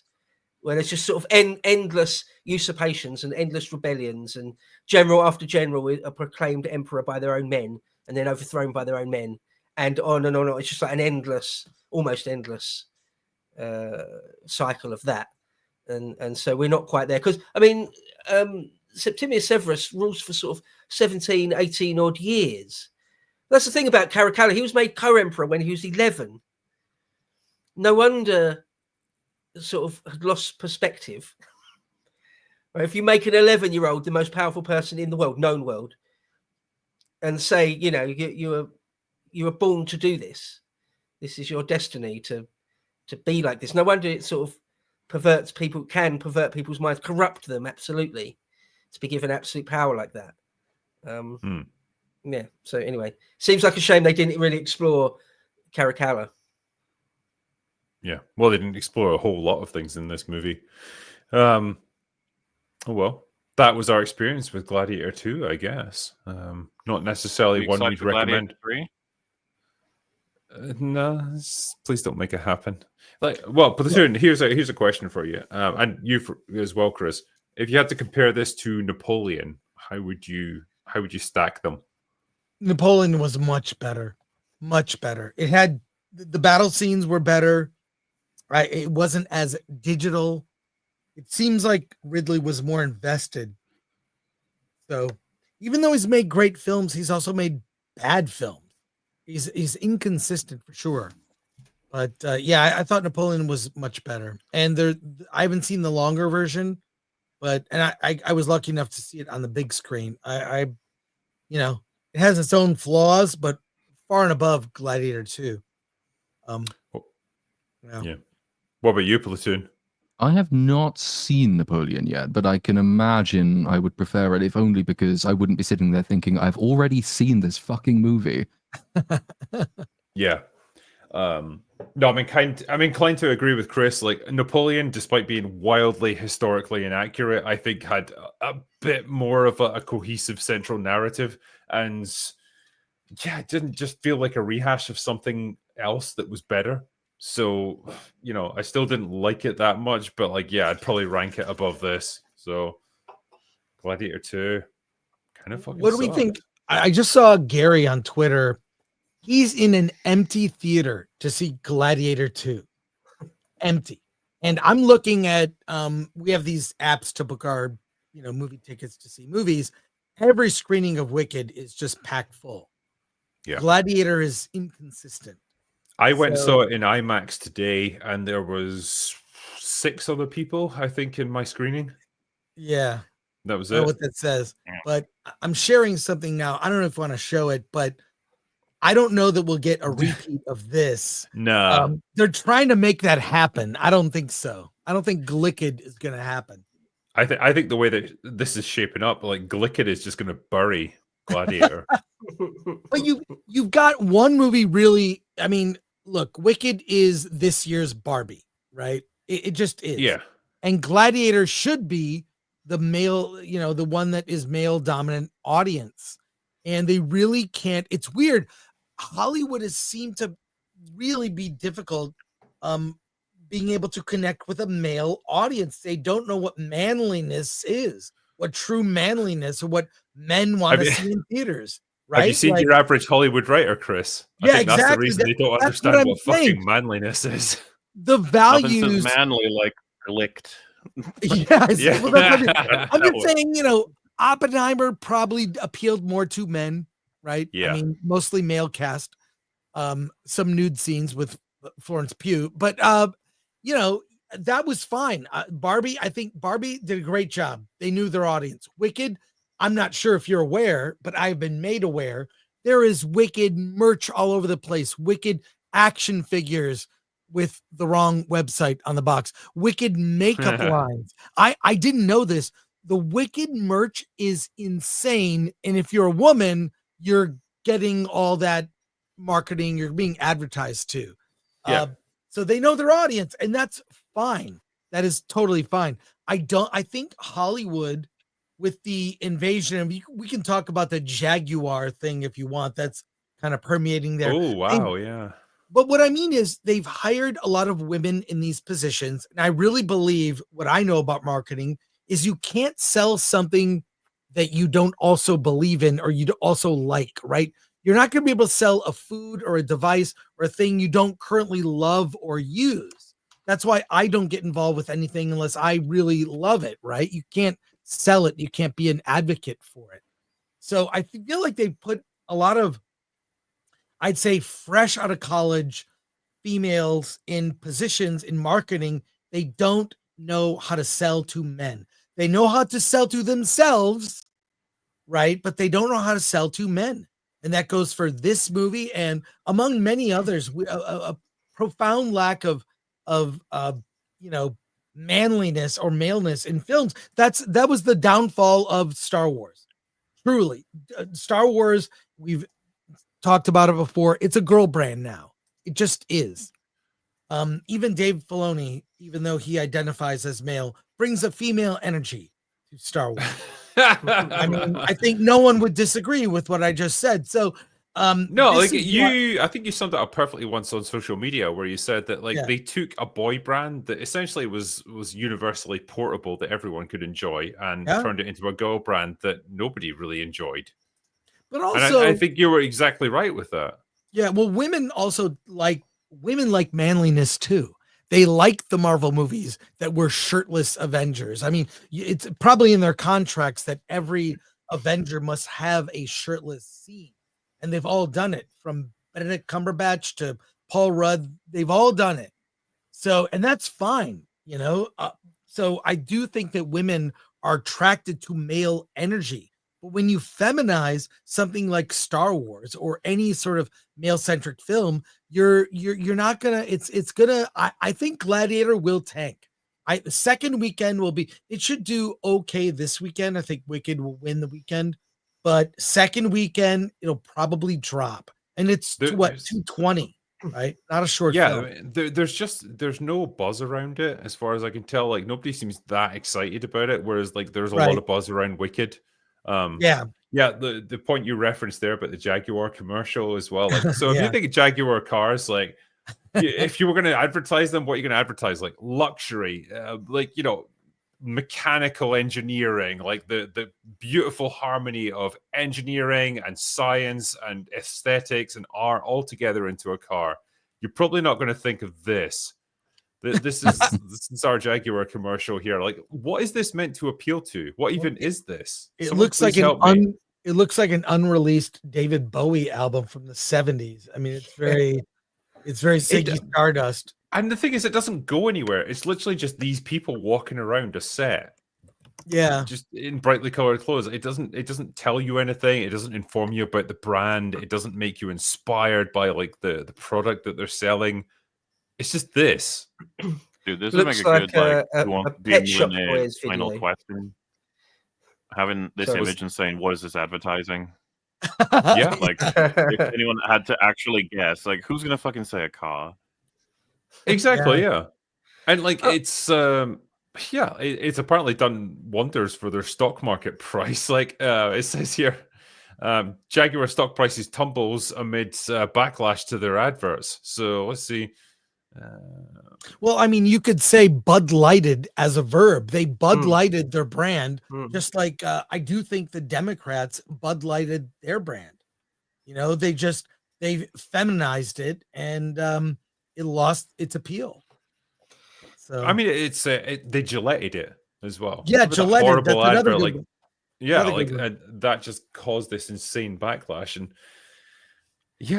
this feels like it came out from 5 years ago, when this kind of stuff was still viable, when it was still popular, and maybe it might have been some kind of statement, I suppose, of we're redefining your concept of fucking cars or something, I guess. It is weird, isn't it? Almost inexplicable. It's these humans don't look like actual humans, so your car doesn't have to look like an actual car. If someone describes this as feminized, they're like, "This is retardized." This has gone beyond. Yeah. I feel like women will be like, "This isn't our fault." No, I don't think so. Like what they did with Gillette and Bud Light, and now this. Yeah. It is almost inexplicable. The only thing I can really think of is to just say there's more a general feminization towards marketing and advertising anyway. Like, as just a normal bloke, when was the last time any of you guys saw an advert and before you didn't care about the thing, and you see an advert, you're like, oh, I must go out and buy that. I've been completely brainwashed into thinking I really need this product. That The doesn't 90s. happen, right? Well, The 90s had the best commercial. Men don't really think that way. There's something that you want, and you go and get it. You're not just waiting for an advert to tell you what you want. I think guys are not that hard to market to. Like, show us a bunch of machinery and gear and technology and awesome, cool, like, computer screens and stuff. Like, and buttons that light up when you press them, and we'll probably get interested in it. We're simple creatures, right? And it's like, this is the exact opposite of what men find appealing. Yeah, that's gear porn. That's gear porn. That's exactly what it is. It's fucking gear porn. Because guys like gear. Star Wars, Star Wars is gear porn. You have the Falcon, you've got weapons, you've got robots, it's gear porn. Right? Why do you think so many of those action movies from the 80s were so successful? It's like they're all those lingering shots on like guns and ammunition and equipment.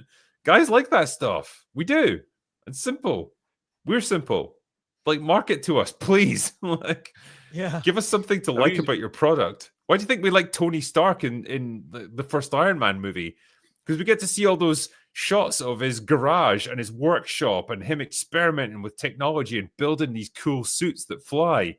Yeah, that's great. We love that stuff. Have you seen the new Bud Light ad with Shane Gillis in it? Anyway, I have not. No, I haven't. It's I'd half recommend it. It's kind of funny. He's in like a stylized sort of crazy ad where he's just sitting in normal clothes with a Bud Light. There's a guy with like a guitar making weird noises, the girl with a snake, and he just starts looking around. And he's like, I don't think I'm in the right ad. Like, am I supposed to be here? And then it cuts to like some crazy guy in a regular beer ad, and the joke is that they've been switched.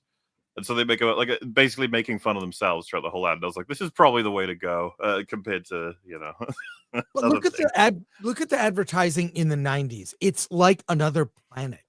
Everything from the Was Up guys, the Bud Light frogs, the Bud Bowl, things like the Carl's Jr., which is a fast food chain in the US.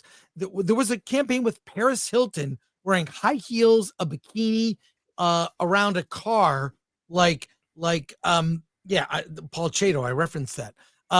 Eating a burger with the ketchup dripping all over her front and on her face. It's like, look, it's easy to market to men. And also, many of those commercials were highly entertaining. During the Super Bowl, you would watch the commercials and rank them based on how much fun they were. Sometimes you didn't know the name of the product. GoDaddy was one. Remember GoDaddy with the hot girls? It's so simple. And because we have these virtuous people that have infected, you talk about the sort of wokerati or whatever you want to call it, but getting involved in entertainment, it's also advertising, and that influences culture. Where you have every couple has to be mixed race, and fine, whatever. But Jesus, I notice it when there's oh my God, that couple's same ethnicity. You notice it because it's so rare now. And someone pointed out the only time you see like a white couple on advertising is for abortion clinics. Yeah, there you go. Isn't that interesting? Anyway, we could watch hours of those commercials. They're hilarious little short films. And these virtuous, I saw a video with a guy who's the head of Jaguar's marketing, and it's clear the direction they were going. It's going to kill all of these brands. And anyone smart would just say, look, we know what the people want. Just give it to them. Yeah, it's kind of a perfect storm with the Jaguar situation. As I understand it, and I'm not a big car person, I think I'm right, though, in saying that the Jaguar has tried to do this big reinvention. They're aiming for this big all-electric relaunch in the next couple of years. And so what they're evidently attempting to do is to say this is a huge thing. This is all totally, absolutely brand new in every conceivable way. So what we've done is we have broken with the past as much as we possibly can, and we've been as bold and as daring in our vision for the future as we can. And that's what you get that advert from, because actually a lot of these people in adverts, don't have a hard-won conception of the future, and they don't particularly like the past that they're trying to build on either. Like Jaguar's a luxury, prestige, sort of traditional brand.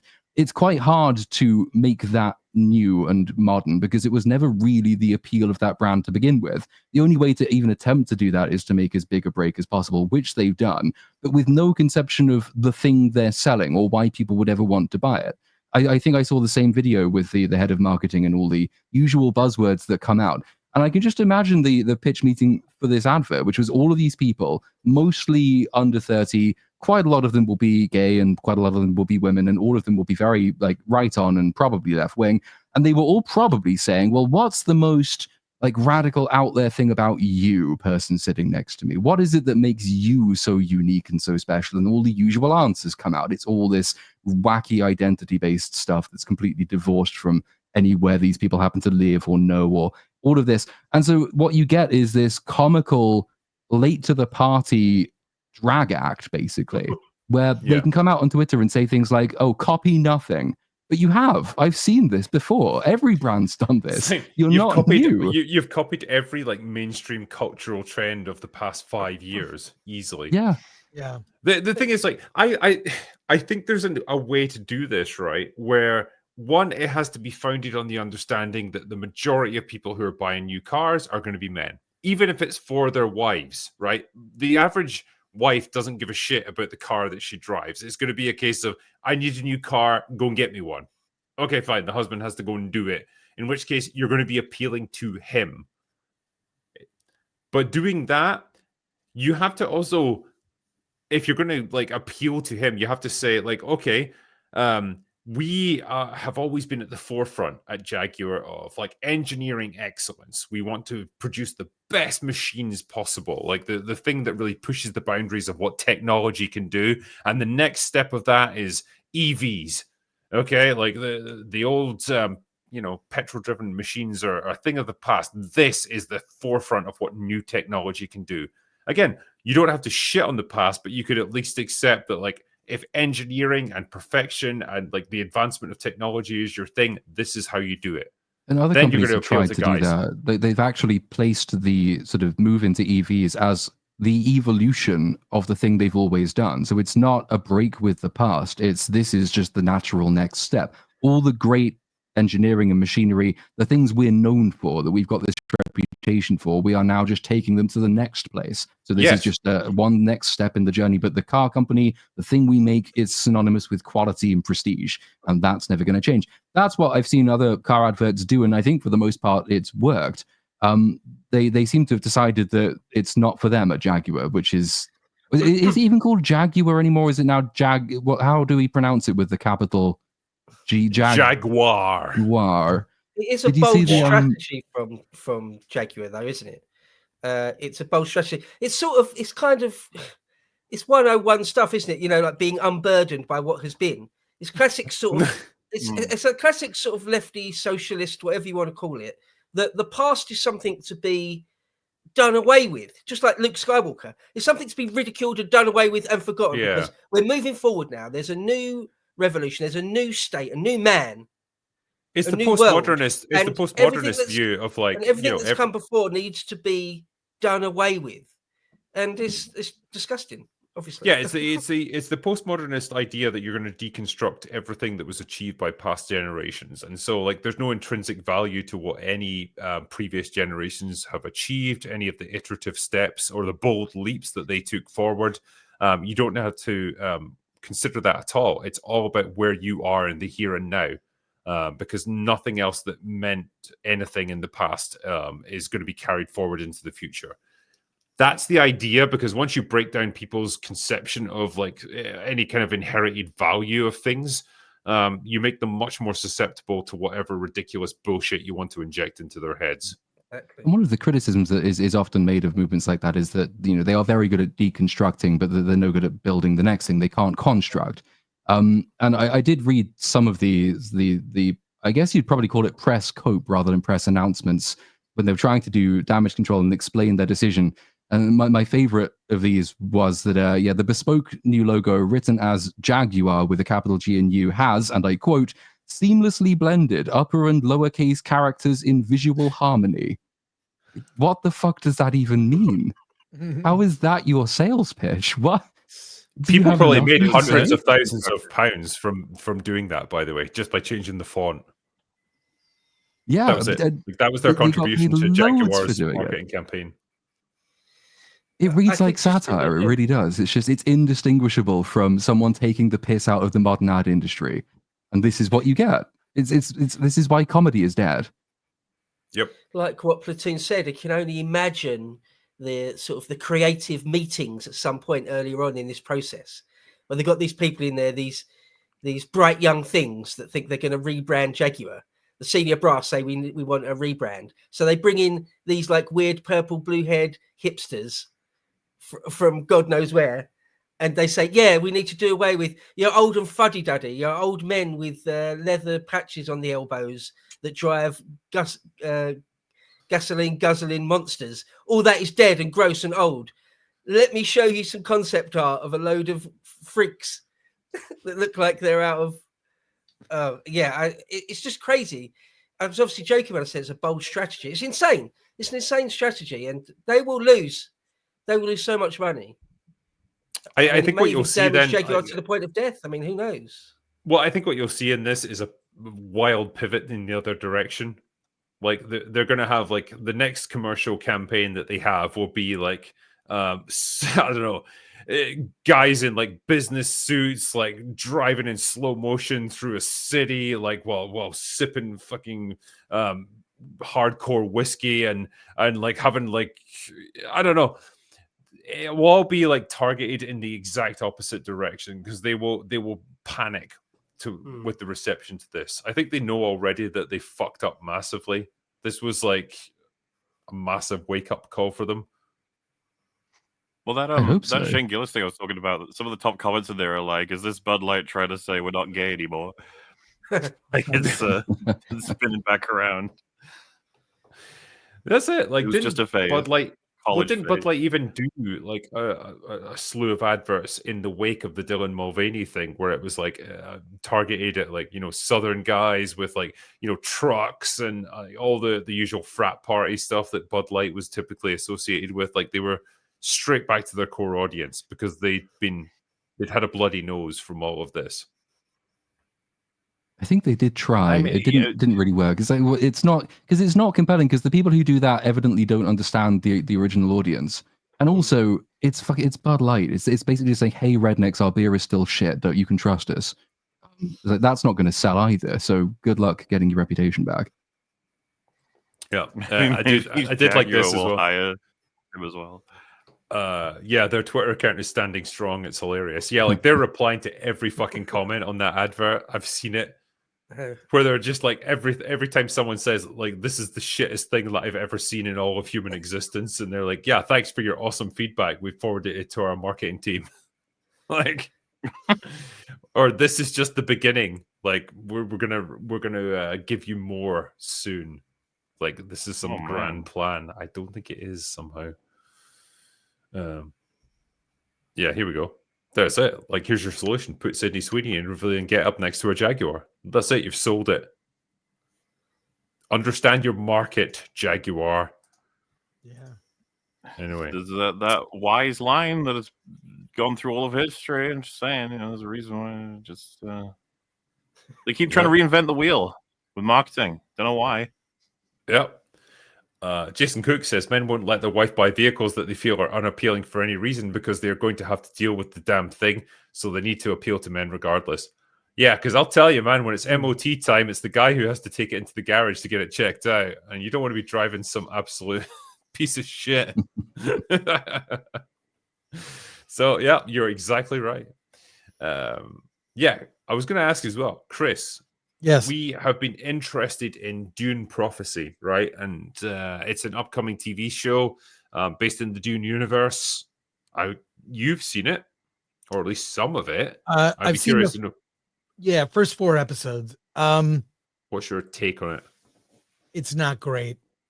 It aspires to be Game of Thrones, and that's fair because really George R.R. Martin was very influenced by Dune or Game of Thrones. I mean, if you've read the Dune books, you know the lore, you know the houses, you know the economy, religion. It's such a vast universe and great world building of a sci-fi universe with really no robots or aliens, right? It's very different. And George R.R. Martin took a lot of influence from Frank Herbert's original book and, you know, the first 6 at least. Whatnot. I don't mean that actually. But this series it's another story focused on witches.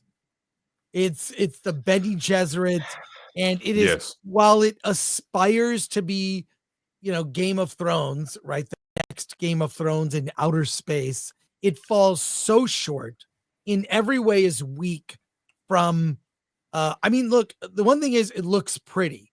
Every set piece of having a meeting is preceded by a spaceship landing at a vast port or really futuristic looking buildings. Like, it looks pretty. It's fine. But it's wow, is it colossally dull. I can't believe I suffered through the first 4 episodes. It is consistent in that the look of it is consistent with the Denis Villeneuve films and the upcoming, you know, Dune Part 1, Part 2. Yeah. Coming up Part 3. It looks quality-wise as good. The actors are fine. The script is utter shit. And it is dull. It's even the first episode, spoilers here. You know, the first episode of Game of Thrones begins with a tragic event with a young child. Same thing happens in the first episode of this series. And the other 3 don't get better. I thought the thing that was the worst in the show was the fighting. They have like the Bene Gesserit witches fighting each other or learning combat. It's embarrassing. It looks like a fan film. Like, they need to hire like real stunt women to do those fights. And it looks god awful and sad. So I talked to Gary. We were talking about it.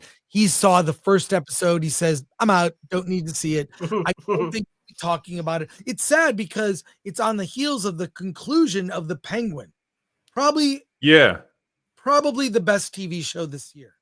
Best TV show. 8 episodes, home run. It stuck the landing. Amazing. I'm 4 episodes into this thing, and I really don't care to finish the final 2 episodes because it's only 6 episodes.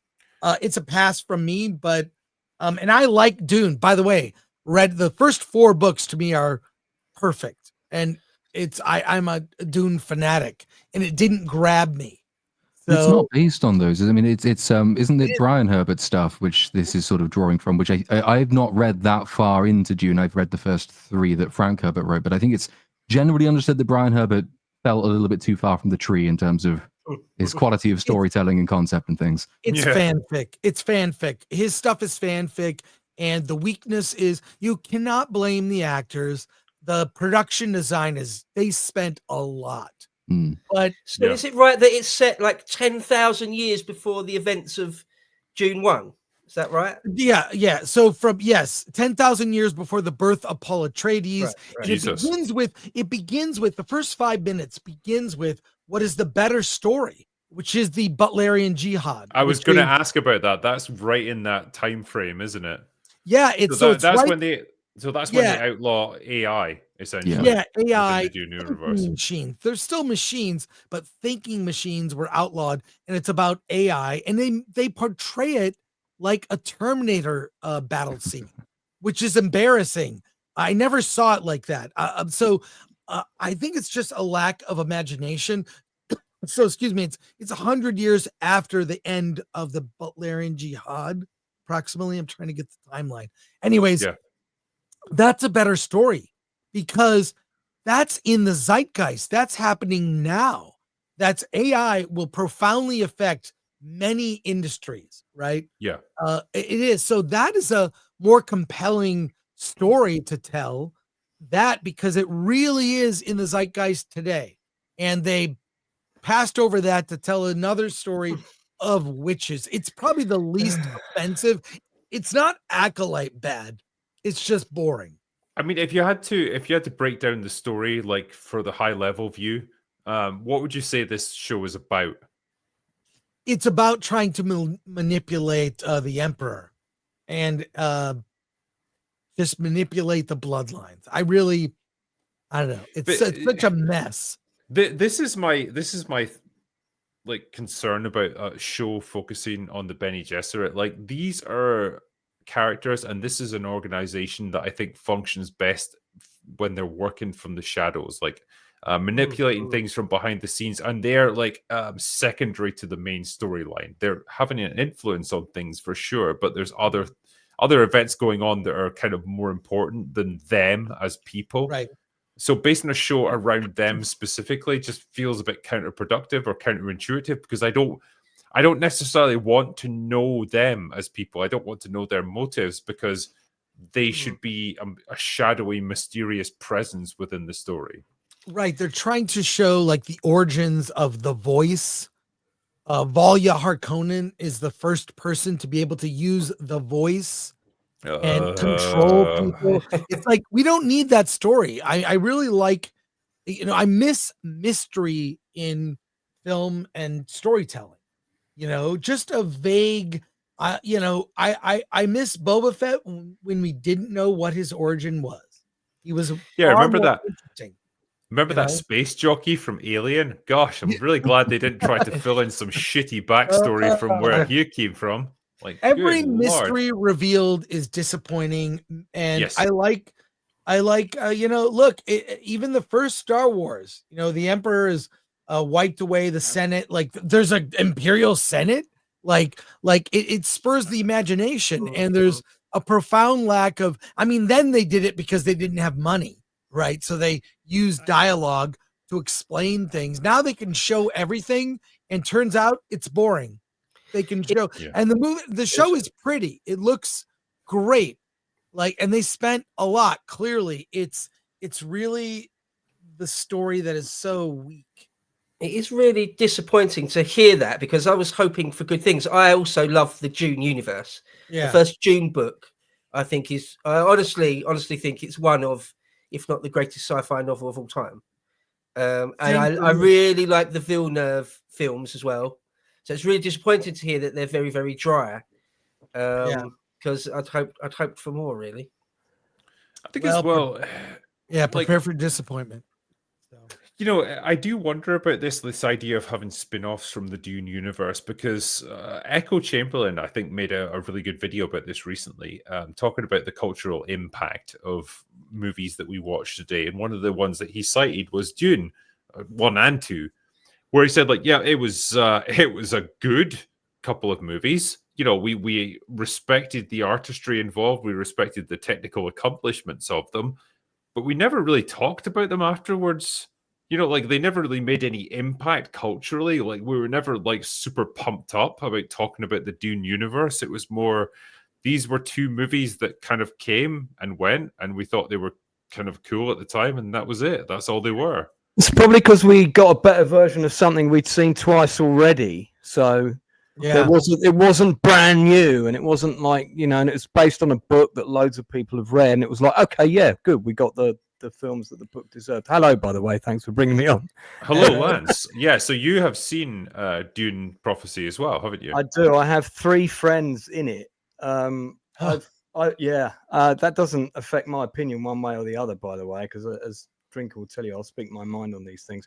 I think I like it. I haven't seen as much of it as Chris, so I like it a little bit more. We agree on several things. I love the way it completely matches the aesthetic of the Villeneuve films. Exactly. The angles, the production design, the costumes. You feel this is an extension of that. You could believe it was directed by him. I've only seen the first episode. I thought the acting was really good. It is trying to be like Game of Thrones, but then Dune kind of is like Game of Thrones. Dune is about politics. It is about what goes on behind closed doors and people manipulating things. It's not an action series, so that for it to sort of claim it's trying to be like a book series that came after it, I don't know. It's always been like that in my opinion. So I don't think that's a problem per se. I don't have a problem with it being about the Bene Gesserit, and it's essentially a female-led show. This is a show that feels appropriate in that context. Is it a great show? No, but I think it's, from what I've seen so far, because it's done quite a lot of things right for me. So far, I'm interested, but Chris has seen 3 more episodes than me. So I talked about it a couple of days ago. I kind of gave the first episode 7 out of 10.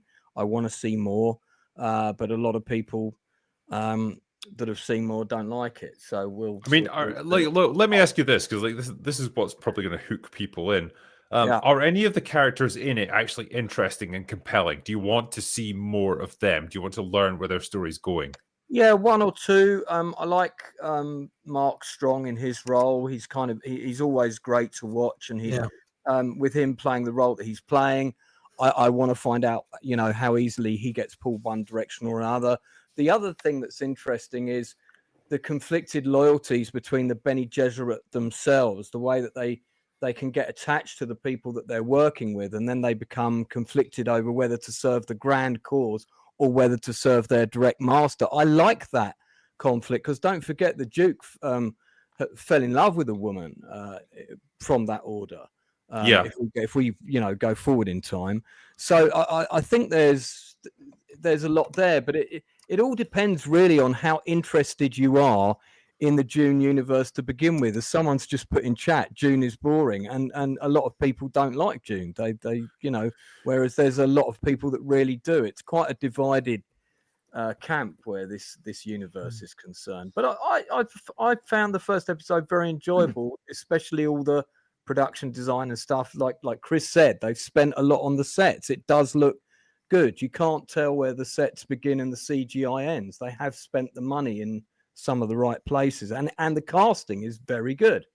So maybe the scripts, there's too many cooks. Sounds like that's what it sounds like from what you mentioned.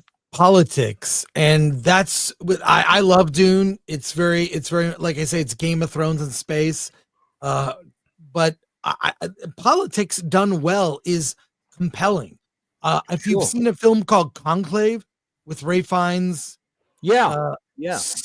that is to me something, a political thriller done well. If it was done, if the writing had the same weight as Conclave, where it's a bunch of people in a room talking, and I'm riveted by that movie, Conclave. If you've not seen it, if the events that were occurring in Dune Prophecy were of that kind of scale and level, it would be amazing. But it didn't work for me. Maybe it gets better for you. I'm telling you, having seen the first 4, it gets, even the when they go to the nightclub, it looked like a Sci-Fi Channel movie. That was a bit bad. That was a bit of an odd scene. I got.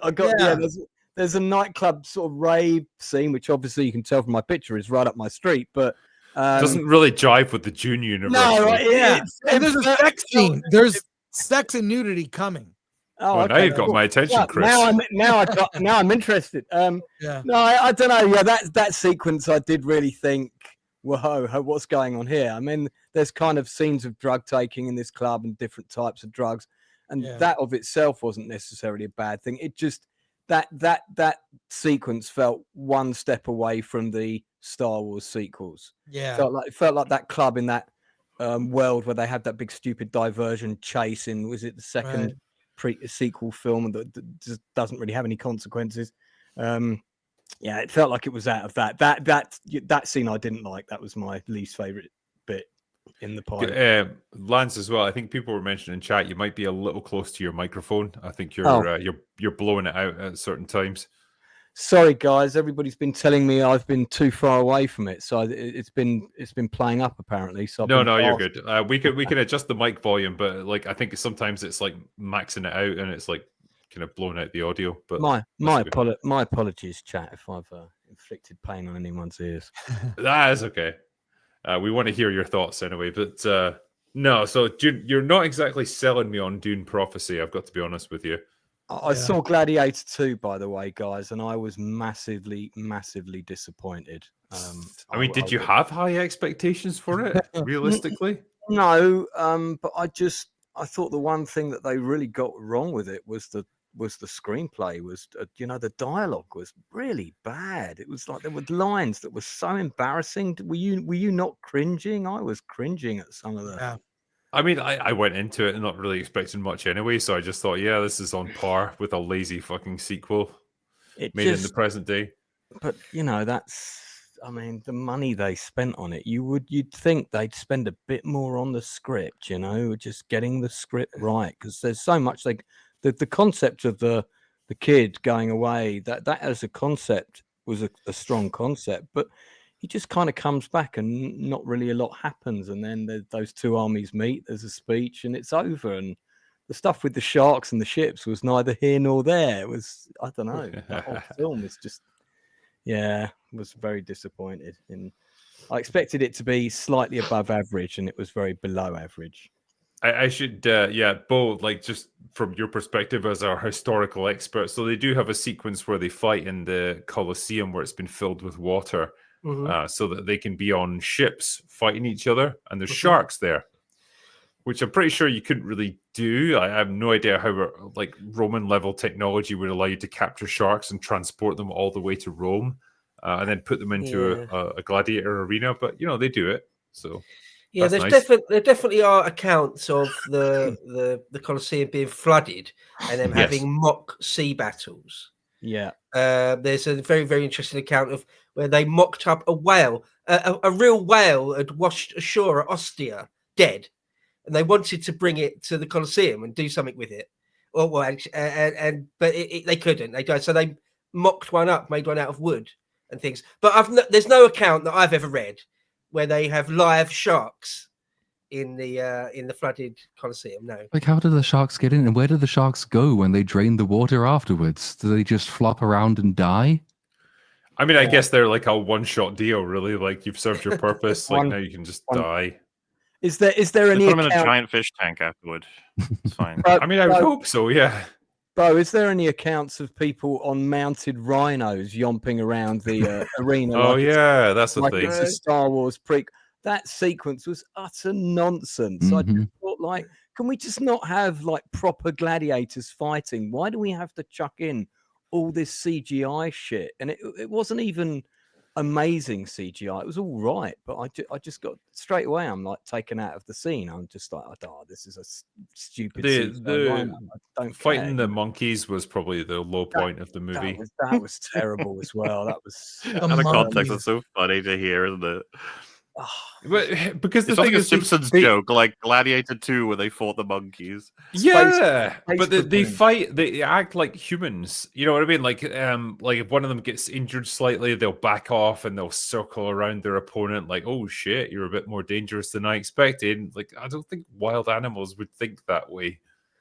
So, my apologies for retreading a topic that you spoke about earlier. Have you guys seen the trailer for the Alien TV show that's set on Earth? Because that's just dropped. I saw the teaser. Is there like a more? I've seen a teaser. Like Alien as in xenomorphs. Yeah. I've seen a teaser and I've seen a whole load of photographs. But I don't know much about. Is Ridley Scott in charge of it? Please say no. He is not. Is Fede Alvarez in charge of it? Also, please say no. Noah Hawley, right? Yeah, it's supposed to be aliens on Earth. That's the big hook. But like, good God, we'll see. That would have been like fertile ground for like an Alien 3 back in the early 90s. Like, okay, we fought them on their home ground. Now they've come to our home turf, and they're going to invade. That was the first proposal put forward. The original teaser for Alien 3 is on Earth, everyone will hear you scream, and you can find that teaser. It's on YouTube. Damn. And then they proposed and then they went with and then they realized that was going to be too planet. expensive. Yeah, the wooden planet. With the monks burning the wooden planet. Well, they eventually realized, man, that's probably too expensive as well. The wooden planet idea. Let's just do a like generic disused facility. That'll be fine. I've seen pictures of the set of the Wooden Planet because it was almost completely constructed. Yeah. And then they changed it, and it all had to be ripped down and pulled apart. The inside man from my channel was on set at Pinewood when they were building that. It's ironic that they built it at Pinewood. Yeah. It's surprising how much of the story of the Wooden Planet thing like made it into the final script of what they ended up with. Like some of the payoffs are very similar. Quite a bit. Yeah, quite a few of the characters as well, I think. Yeah. Did somebody in the chat mention or super chat mention JFK a minute ago? Did I see that? Didn't see it. Gladiator too. Yeah, I think you're right. They did. Yeah, because Bo and I are doing a JFK stream tomorrow night because it's the anniversary. A seamless segue. We oh my god, that's so slick. Please, Bo, tell us about a thing that you've got coming up. No, it's with Lance. It's because Lance, I probably wouldn't have, but because Lance is here tomorrow, we're just going to be talking about JFK the movie, and I'll be talking about the real history and my thoughts about it. But that's tomorrow. So Lance. we're gonna unmask the assassins live on the stream tomorrow. Nice. You're going to do what like nobody else has managed to do in 50 years. What time is your stream at? Tell us. It's at 8 o'clock tomorrow, 8 o'clock UK time, so that'd be 3 p.m. East Coast. All right. 3 p.m. Eastern time on the Outcast Creative channel. The History Bro and Lance, they're going to get to the bottom of the JFK assassination. The mystery solved, finally. Didn't Trump say he was going to like unlock the JFK files if he got into office? Because he didn't do it last term, but he says he's going to do it now because he's like, fuck it, I'm just going to do everything. Yeah. And, maybe he's going to tell us who did it. Really? And me and Chris are going to get a guided tour of Area 51 as well. That's what we're doing. Yeah, I'm sure. Really? I'm sure that was mentioned. I'm sure that was mentioned. Sounds like a plan. I got paid $1 million to go. Yeah. Might we answer a few of the super chats since we're all here, and they're probably addressed to most of us at certain points. All right. The first one here is from Mr. Luca, who says it was a shame that Mike couldn't roll back time. I'm not sure what that's actually a reference to, but okay. Mike Tyson. Mike Tyson. Yeah. Oh yeah. Yeah. If he'd made himself 30 years younger, he would have fucking demolished Jake Paul. I mean, there was standing discussion on that right now is that he was just like paid not to hurt him. Yeah. No, I don't think it was so much that. I think they were both paid not to knock each other out. Like people getting pretty passionate about inspecting those little bits and bobs. It's some interesting. You are not gonna like. I watched Mike Tyson fight 19 years ago. The last time he had his last professional fight, and he was fucking done then. Yeah. So you're not going to convince me at like almost 60 years old. Yeah, you're not going to convince me like an almost 60-year-old man is going to take on a dude who's like in his 20s. You know, there are interesting clips where he has chances to hit and he stops himself. It's interesting. That's all I'm saying. Nah. If anything, I think Jake Paul. Go look at him then, drink him. I will. It's not happening. I'm just saying, fucking Jake Paul had ample opportunities to knock him out in the last few rounds, and he didn't take them. Well, then, like he was fresh as a daisy. Like he had like all the reach, all the power, all the strength behind him, and he didn't take the opportunity. You agree then? What do you mean? Yeah, both sides were sort of. I agree that Jake. Fight. No, I agree. It's not a genuine fight. I just think I don't think Mike could have absolutely demolished him at any point. I don't believe that Mike like held back. I think it was more a case like they both didn't want to knock each other out, but it was competitive up to a point. Yeah, there was one time when Jake wobbled him. In fact, twice, but one particular time, and in a proper boxing match, he would have gone all out hell for leather at that moment to try and get a knockout or a TKO, and he just didn't, right? Yeah. Because I'm not going to sit here and looking at boxing experts break it down. It's pretty interesting in terms of the decisions both of them make throughout that fight. Yeah, I mean, I'm not going to sit here and pretend that Jake is a fucking great boxer or anything. He's clearly not, but he is young and strong and healthy, and you know that's a tremendous advantage in a sport like boxing. And the fact that it didn't end in a knockout it's interesting. I'll say that much.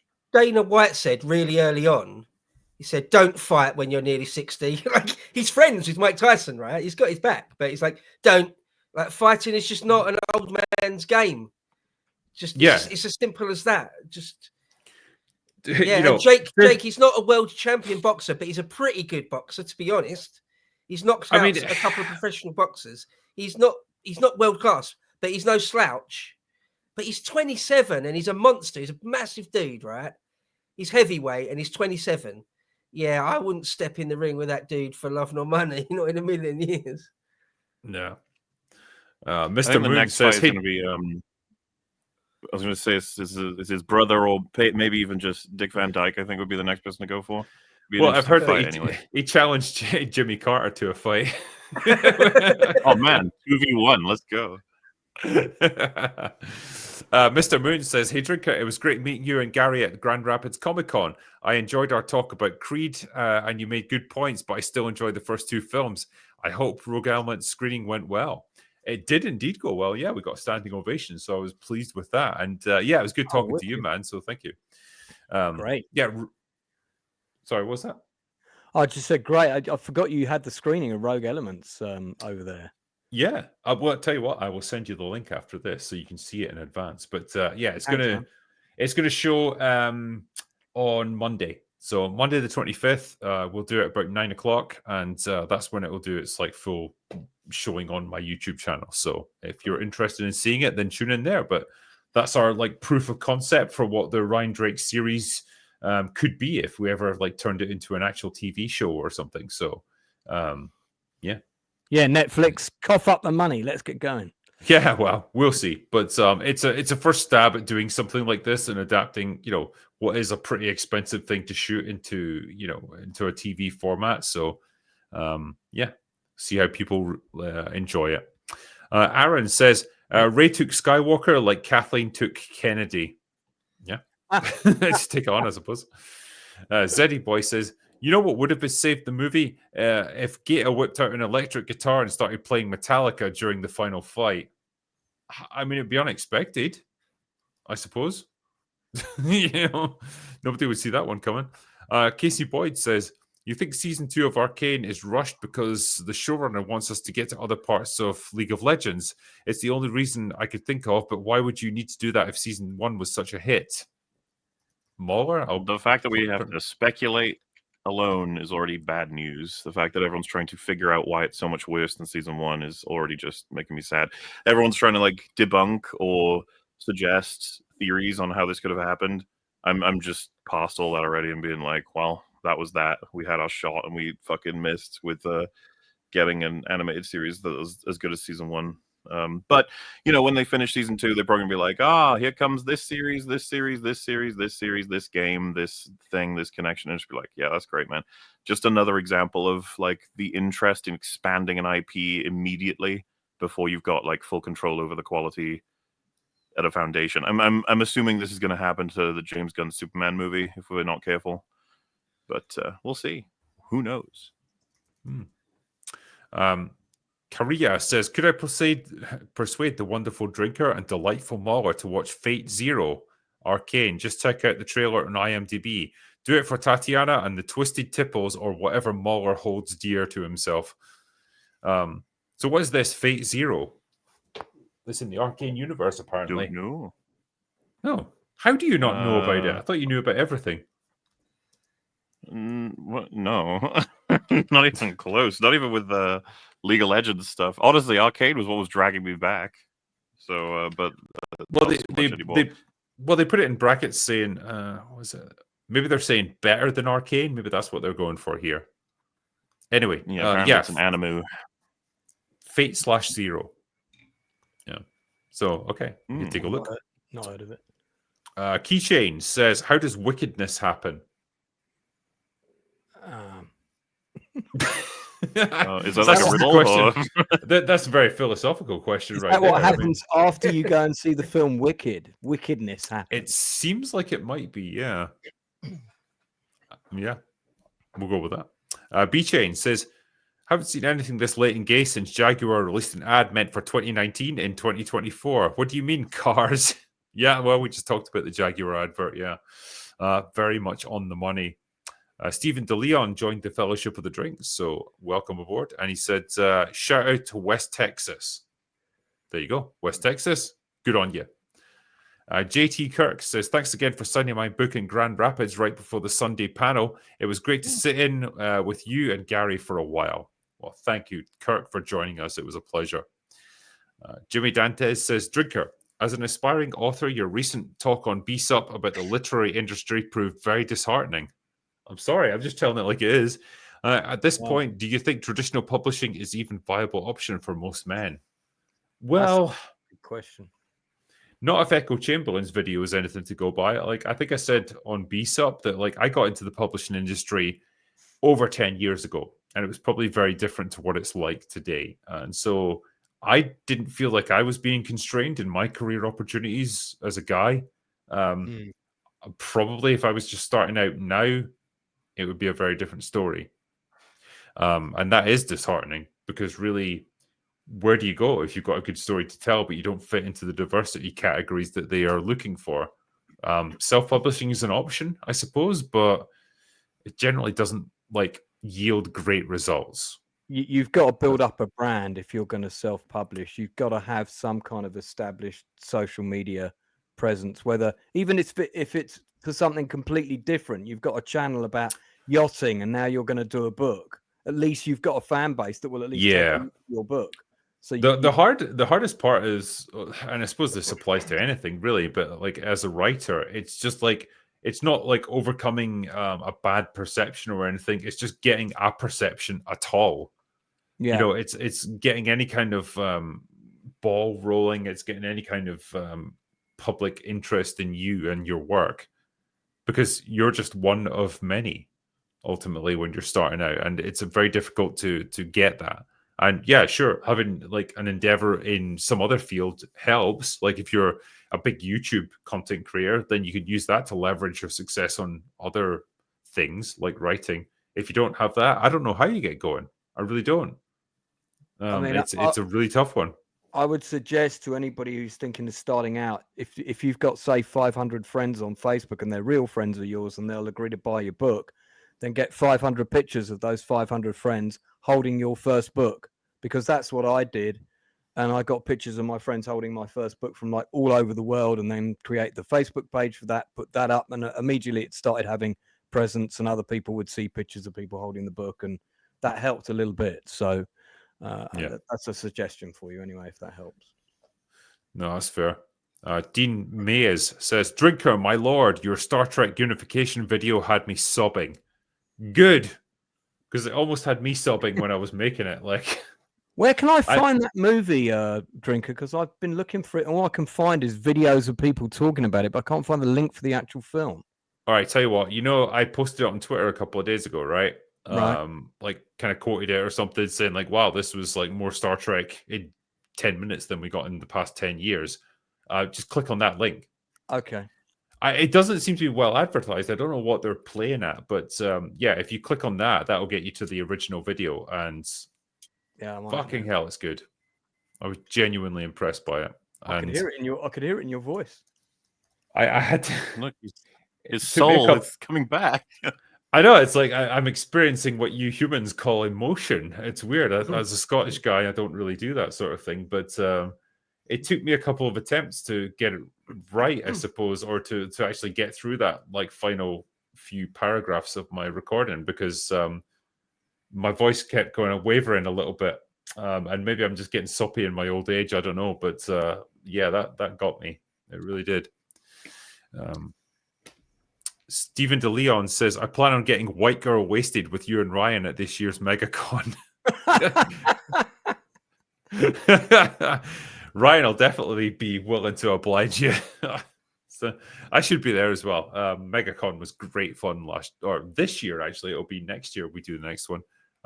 Yeah, it was a lot of fun. It was a great place to be, and looking forward to doing it again. Ben Manjarier says, MauLer, I can't bring myself to watch the Arcane Season 2 EFAPs yet. It's too painful. Hopefully in the future they do 3 to 4 seasons instead of this ham fist. Well, we've only done Act 1. We'll do Act 2 on Saturday and Act 3 the next week. It's a bit of a down feel, the whole thing. 'Cause we did the equivalent for last season, but it was all like hyper encouraging exciting celebration of some artwork, but now it's like a different vibe.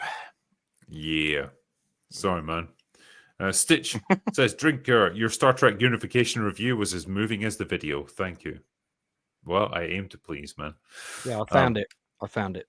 Thank you. There you go. Yeah, watch it after this. Otherwise, you'll be a blubbering wreck by the end. I will. B-Buster says, just getting over my OCD from your 2 monitor setup not being level. Well, I fixed that, actually. Because I had another monitor of the exact same kind in a different room. So, yeah, put them together, switch them out, and now it looks great. So I'm very happy with this. How have you found having 2 monitors? It's great. I mean, for Pornhub, it's awesome, man. I can have 2 videos going at the same time. I just don't know. I just don't know where to Dude, the amount, because like the sentiment was, is it between like actual practicality benefits, or is it just some tech like obsessed, lame over exaggeration, blah blah blah. I was really surprised the amount of people shitting on the concept of having 2 or even 3 monitors. I have 3, and I use the shit out of all of it. The thing is, as well, people see it as like a really huge expense. You can get really, really cheap 1080p monitors these days. Oh yeah, God, you get them for like what, 100, 200 quid each, quite easily. I mean, especially if you're willing to do pre-owned, which a lot of monitors will be fine even if they are pre-owned. Like you know, we can talk about really fucking cheap, and at that point, you know, just try it out. I don't think you'll I go swear back. by multiple monitors. It's a really great idea. Even 4 is fine, in my opinion. I once worked in an office where some of the people like started to have 6 or 8, and that was needless. Like a Def Leppard drum kit, that is over the top. There's no actual need for that. But the thing is 2 or 3 or 4 is absolutely fine. You will use them. Yeah, I mean the ones I use, like they're both ultra wides, like they're the same model essentially. So you could, they're so wide you could almost have 2 windows open on each one, and it wouldn't feel crowded or anything anyway. But like that just makes it a bit easier. So yeah, I definitely use it when I'm editing and downloading content and stuff for videos. So for that, yeah, I found it pretty good. It's not like life changing or anything, but it's just like a quality of life improvement that just makes He's things wrong. a It's little life bit changing. better. What's that? It changes Yeah, it is everything life forever. Yeah, sure.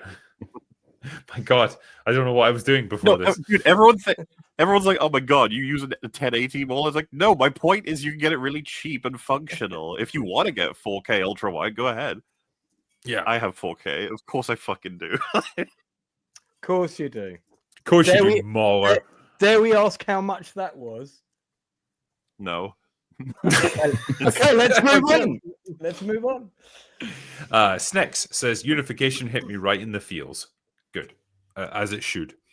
Cordovan Brown says, please mention the Jaguar situation even briefly. Oh, we did, and it wasn't brief, trust me. Eurodox says, speaking of Gladiator 2, do you think Pedro gets all these roles because he fills the DEI quota while being able to convincingly play a generic white guy so they can cheaply claim Latino inclusion without writing it? I don't think so, really, because they never seem to make a deal out of the fact that he's like a Latino actor playing a role. It's more just, I don't know, he just seems to be flavor of the month more than anything. He's serviceable and reliable. Yeah. You know, he is serviceable. That's the thing. There's not many roles where he really excels and you think, damn, Pedro nailed it there. It's more just, yeah, it's fine, I guess. Wait for Reed Richards. Yeah. That'll be a thing. Grimnack says, hail, gentlemen, and happy holidays. Thank you, and happy holidays to you. Oh, yes. Is it Thanksgiving? Yeah. No, that's next week. Next week from today, yeah. Marksman says, has Platoon seen Unicorn Wars yet? Is that the thing that... No, is the answer. Okay, you just abandoned that line of thought. I was totally confused and then no. It sounded really familiar, and then I suddenly thought, no, it can't be that. So, yeah, no, I don't think I have. Are you thinking of some weird adult film or something? What? No, it's like someone was talking ages ago about something where like teddy bears fight something, and I thought it was unicorns, but I think I might be confusing that with something else. I genuinely want to see that movie now, though. Yeah. Edit Man says, thoughts on Stellar Blade coming to PC next year? Yeah, bring on the PC mods, man. That's going to be fucking brutal. Yeah, that'd be nice. I mean, to be fair, like the baseline skins that they produced for the real game are pretty good already. Next one is Tanner McDaniel says, "Sorry, She-Hulk, but the Disney Plus logo needed to be updated for modern audiences." It does make me wonder if their perception of the modern audience is changing slightly. Snex says, "Hey Drinker, what's the process for mailing you something? Also, do you have a region-free or a Blu-ray player? Thanks and cheers." So yeah, if you want to send me something, best way is just use my PO box address. It should be on my about section on my YouTube channel. If not, just email me at thecriticaldrinker@hotmail.com, and I can give you my my PO box address if you're looking to send me something. So we can do it that way. Story Secrets says, "Have you folks seen the new trailer for the live action How to Train Your Dragon? Talk about unnecessary." Oh man, don't even get me started on that. Why are they doing this? It's just write a different script, and you know, something. It's not that hard. Yeah, it doesn't look great. Cannon Drinker, Folderall says, people joking about you've got a Hotmail email address. I have too. yeah, I'm just like, I get that Hotmail is really old, but I'm just like, it's fucking email. Like, who cares? Yeah, it's not like it's an actual piece of technology or anything. It's just an email client. I'm almost proud of it I'll now. bet you guys probably still have physical mail too, you old fuck. Sure, heads the PO box address, you know. Is that a fax machine I see in the corner of your room? Do you still use Internet Explorer? Well, I don't know. Let me check my beeper here. And see. Yeah, let me check AOL online.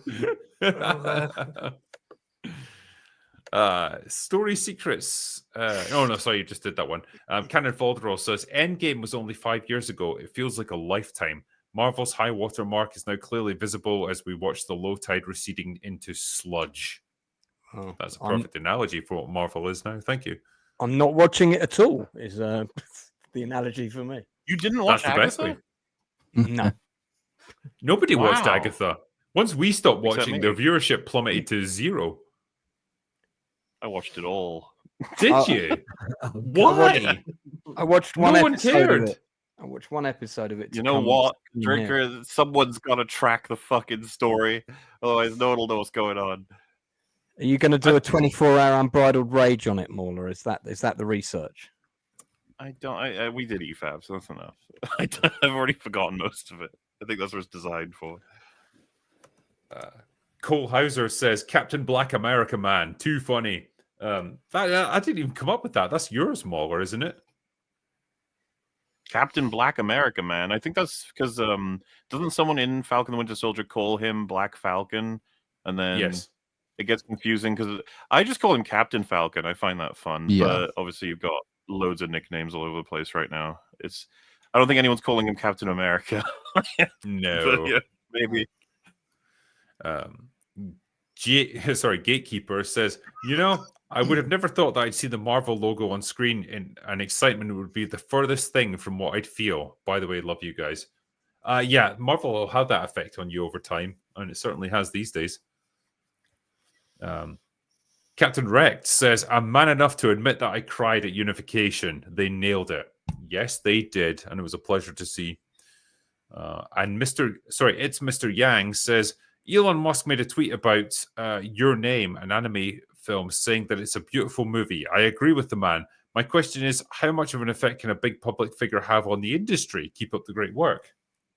That's an interesting question, I suppose. If someone as big as Elon Musk makes comments on certain anime films or really any industry, can he move the needle on them and influence what's popular? I would argue, yes, he can. Yeah, I would have thought so. Yeah, just like any other person who's got a position of that kind. But would it be temporary, or would it be like, he actually affects a real cultural shift on it? Because I'm sure anyone like Elon can get you to watch one specific movie or one specific TV show, or you can get a lot of people to do it. But does that then translate into a longer term change? That's a discussion for Drinkers Philosophical Happy Hour, which is a new stream. Yeah. Longer than we have time for right now, probably. Yeah. John Paul Walshield says, missed you in Grand Rapids on Friday. Maybe next time. Maybe indeed, sir. I might be back there one day. Master of Puppets says, I just rewatched Lord of the Rings trilogy. Which one do you think was the best opening? For me, it's Two Towers, Gandalf versus the Balrog. Ooh. Well, Drinker hates you for that one. It's too metal for me. Yeah, I like the opening of the first one. I like the I am going to say that as well. In terms of efficient exposition with like really effective visual symbolism and great action choreography in like a really short sequence, I think that's fantastic. So I'm gonna give the opening of Fellowship of the Ring my vote. Yeah, special edition version also, by the way. Would anyone have picked like the Gollum segment from Return of the King? No, that's fine. I understand. Just silence and then no. That's perfect. Yeah. Not to say Return of the King is a bad movie or anything, but yeah, that probably would be my pick of like great opening sequences. I'll do one more here. John the Man Good says, gentlemen, now that Veilguard sucked and flopped, how would you guys fix gaming as a whole? What would you do to make it better than it is now? How do you fix gaming in a nutshell? I'd like to see an open world World War II RPG like Fallout Las Vegas, but set in history. So your guy affects the history by the missions they complete. That's what I'd like to see, and I haven't seen a game like that yet. I would just ban anyone with blue side-shaved hair from working at my game studio or any game studio across the world. That would fix gaming probably in a matter of weeks.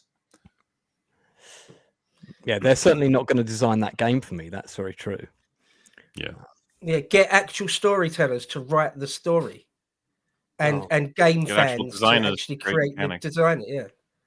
Yeah, I would probably say that instead of mentally ill idiots who are just using the game as their own personal therapy session. That would be my advice to game studios.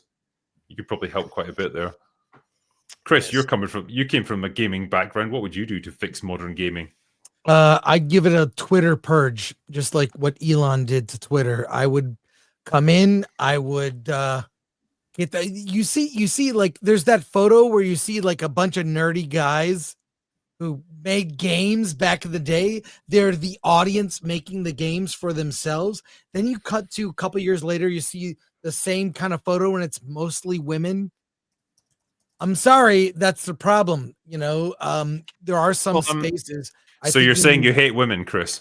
Yes, 100%. But more than that, I think there is a thing where it's like a bunch of guys, we're going to get together, we're going to make a game we want to play and not have interference from an outside group that doesn't even love the thing they are working on. You have to love the thing.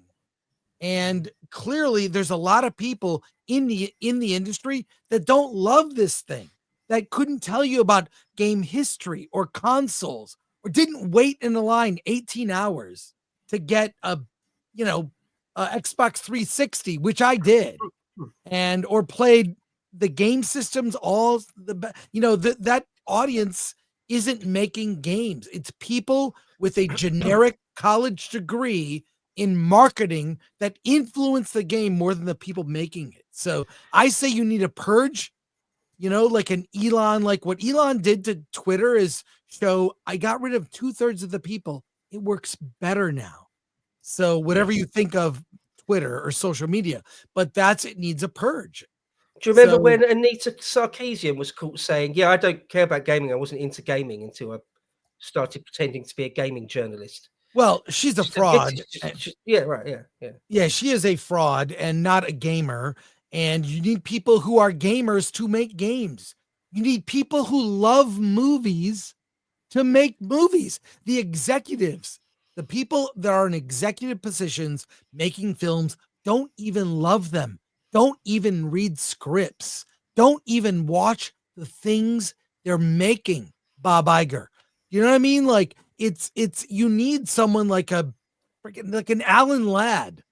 If you know who Alan Ladd was. The Lad Company. Yeah. Right. He loved movies, a family history of film, and he greenlit Star Wars. This kid, George Lucas, who didn't, I mean, he was a kid. When you look at the sheer talent that was in these young filmmakers at the time, Spielberg, Lucas, that generation, Scorsese, that was a golden age of American filmmaking in the 70s. And it's get people out that have nothing to do. I mean, they could market Cheez-Its or cereal or whatever, like go there.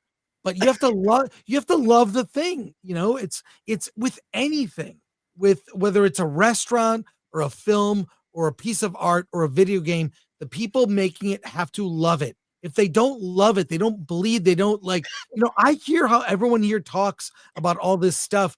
Clearly you have a love for it. You could do it. I mean, Drinker, you made a film, so which I'm anxious to see. So I've noticed being around this forever, I've noticed the people that love it the most, the sort of, you know, borderline autistic, like Tarantino, they make the best stuff. Even when they fail, they swing for the fences.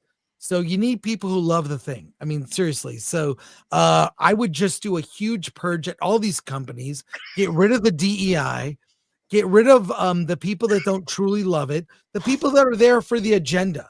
Get them out. Get them out. Sweet You're done. baby. You had your chance. We did the DEI. It sucked and no one liked it. It's over. That era is over. It's done. It's like, and if you follow Justine Bateman, she is my spirit animal now. She's talked about AI a lot the last couple of years, but now she says, I'm now after the election's over, I feel like I don't have to walk on eggshells anymore. I'm done sort of tolerating, you know, I'm not suffering fools anymore with these morons. So you want to save gaming, get people who love game. There's no innovation in games. One of the things, I know you know this, MauLer, you're a big gamer. Like that sense of discovery. I don't need a tutorial. I need a good first level where I learn as I go. There's a sense of discovery. I didn't know when I did this, it does this thing. Now the first level of a game should be teaching me. No tutorial. You teach me.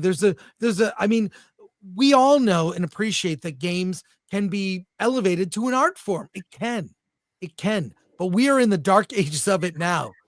And I miss true innovation, true gameplay, and not just a pretty walking simulator, which is what all of this seems to be with light on the modern games require no skill. So, you know, I'm really, in order to fix it, purge. We need a huge purge. Fire them all. So sorry if I got on a rant there. It sounded like wow. On that I'm gonna get a baseball bat out, and then I'm gonna just go around the table. No, but that's how I feel about it. It's applicable everywhere. That's how you fix it. Purge the people that don't love it, and the people that love it should work on it. Because I'll tell you what about Lucas and Spielberg, they're freaking nerds. They love this stuff. They love Buck Rogers, Flash Gordon, history, archaeology, storytelling. The people that love it know it from many different ways. And the people in it now bring nothing to the table except a worthless degree from some outdated institution. So that's how I feel about this. Wow. John the Man Good, I think you got your money's worth out of that super chat, man. Sorry. I think, what we'll probably do is finish up there actually tonight. I want to say, everyone, like, thank you for coming in for this tonight. I appreciate you guys for joining us. Chris, I appreciated your epic rant at the end. That was glorious, man. Make a clip out of it. Maybe I'll go viral like Az. Well, I think we'll see what we can do. Pronouns. Fucking pronouns. I think that's less popular now, huh? That happened fast. Yeah. There you go. That was a trend, huh? Yeah. Like culottes. No one knows what that is. I support popular thing. I don't know about you. Yeah, exactly. But yeah, thank you everyone for coming in for this tonight. Thank you for everyone in chat for joining us, and for sending all the awesome super chats that you did. I know we hadn't quite had the chance to catch up on the super chats from the previous open bar, 118, but MauLer and I will do that. It's just because I was away in Grand Rapids and I didn't have the chance to do them. But I'll get right onto that, and we'll also catch up on any ones that we missed on this one as well. Mega super chat catch up. Exactly, yeah. I'll split it up just so people can differentiate them and find the chat that's relevant to their particular live stream. But yeah, don't worry, we'll figure out something with that. But for today, that's all we've got for today. So go away now. Bye. Bye. Hey.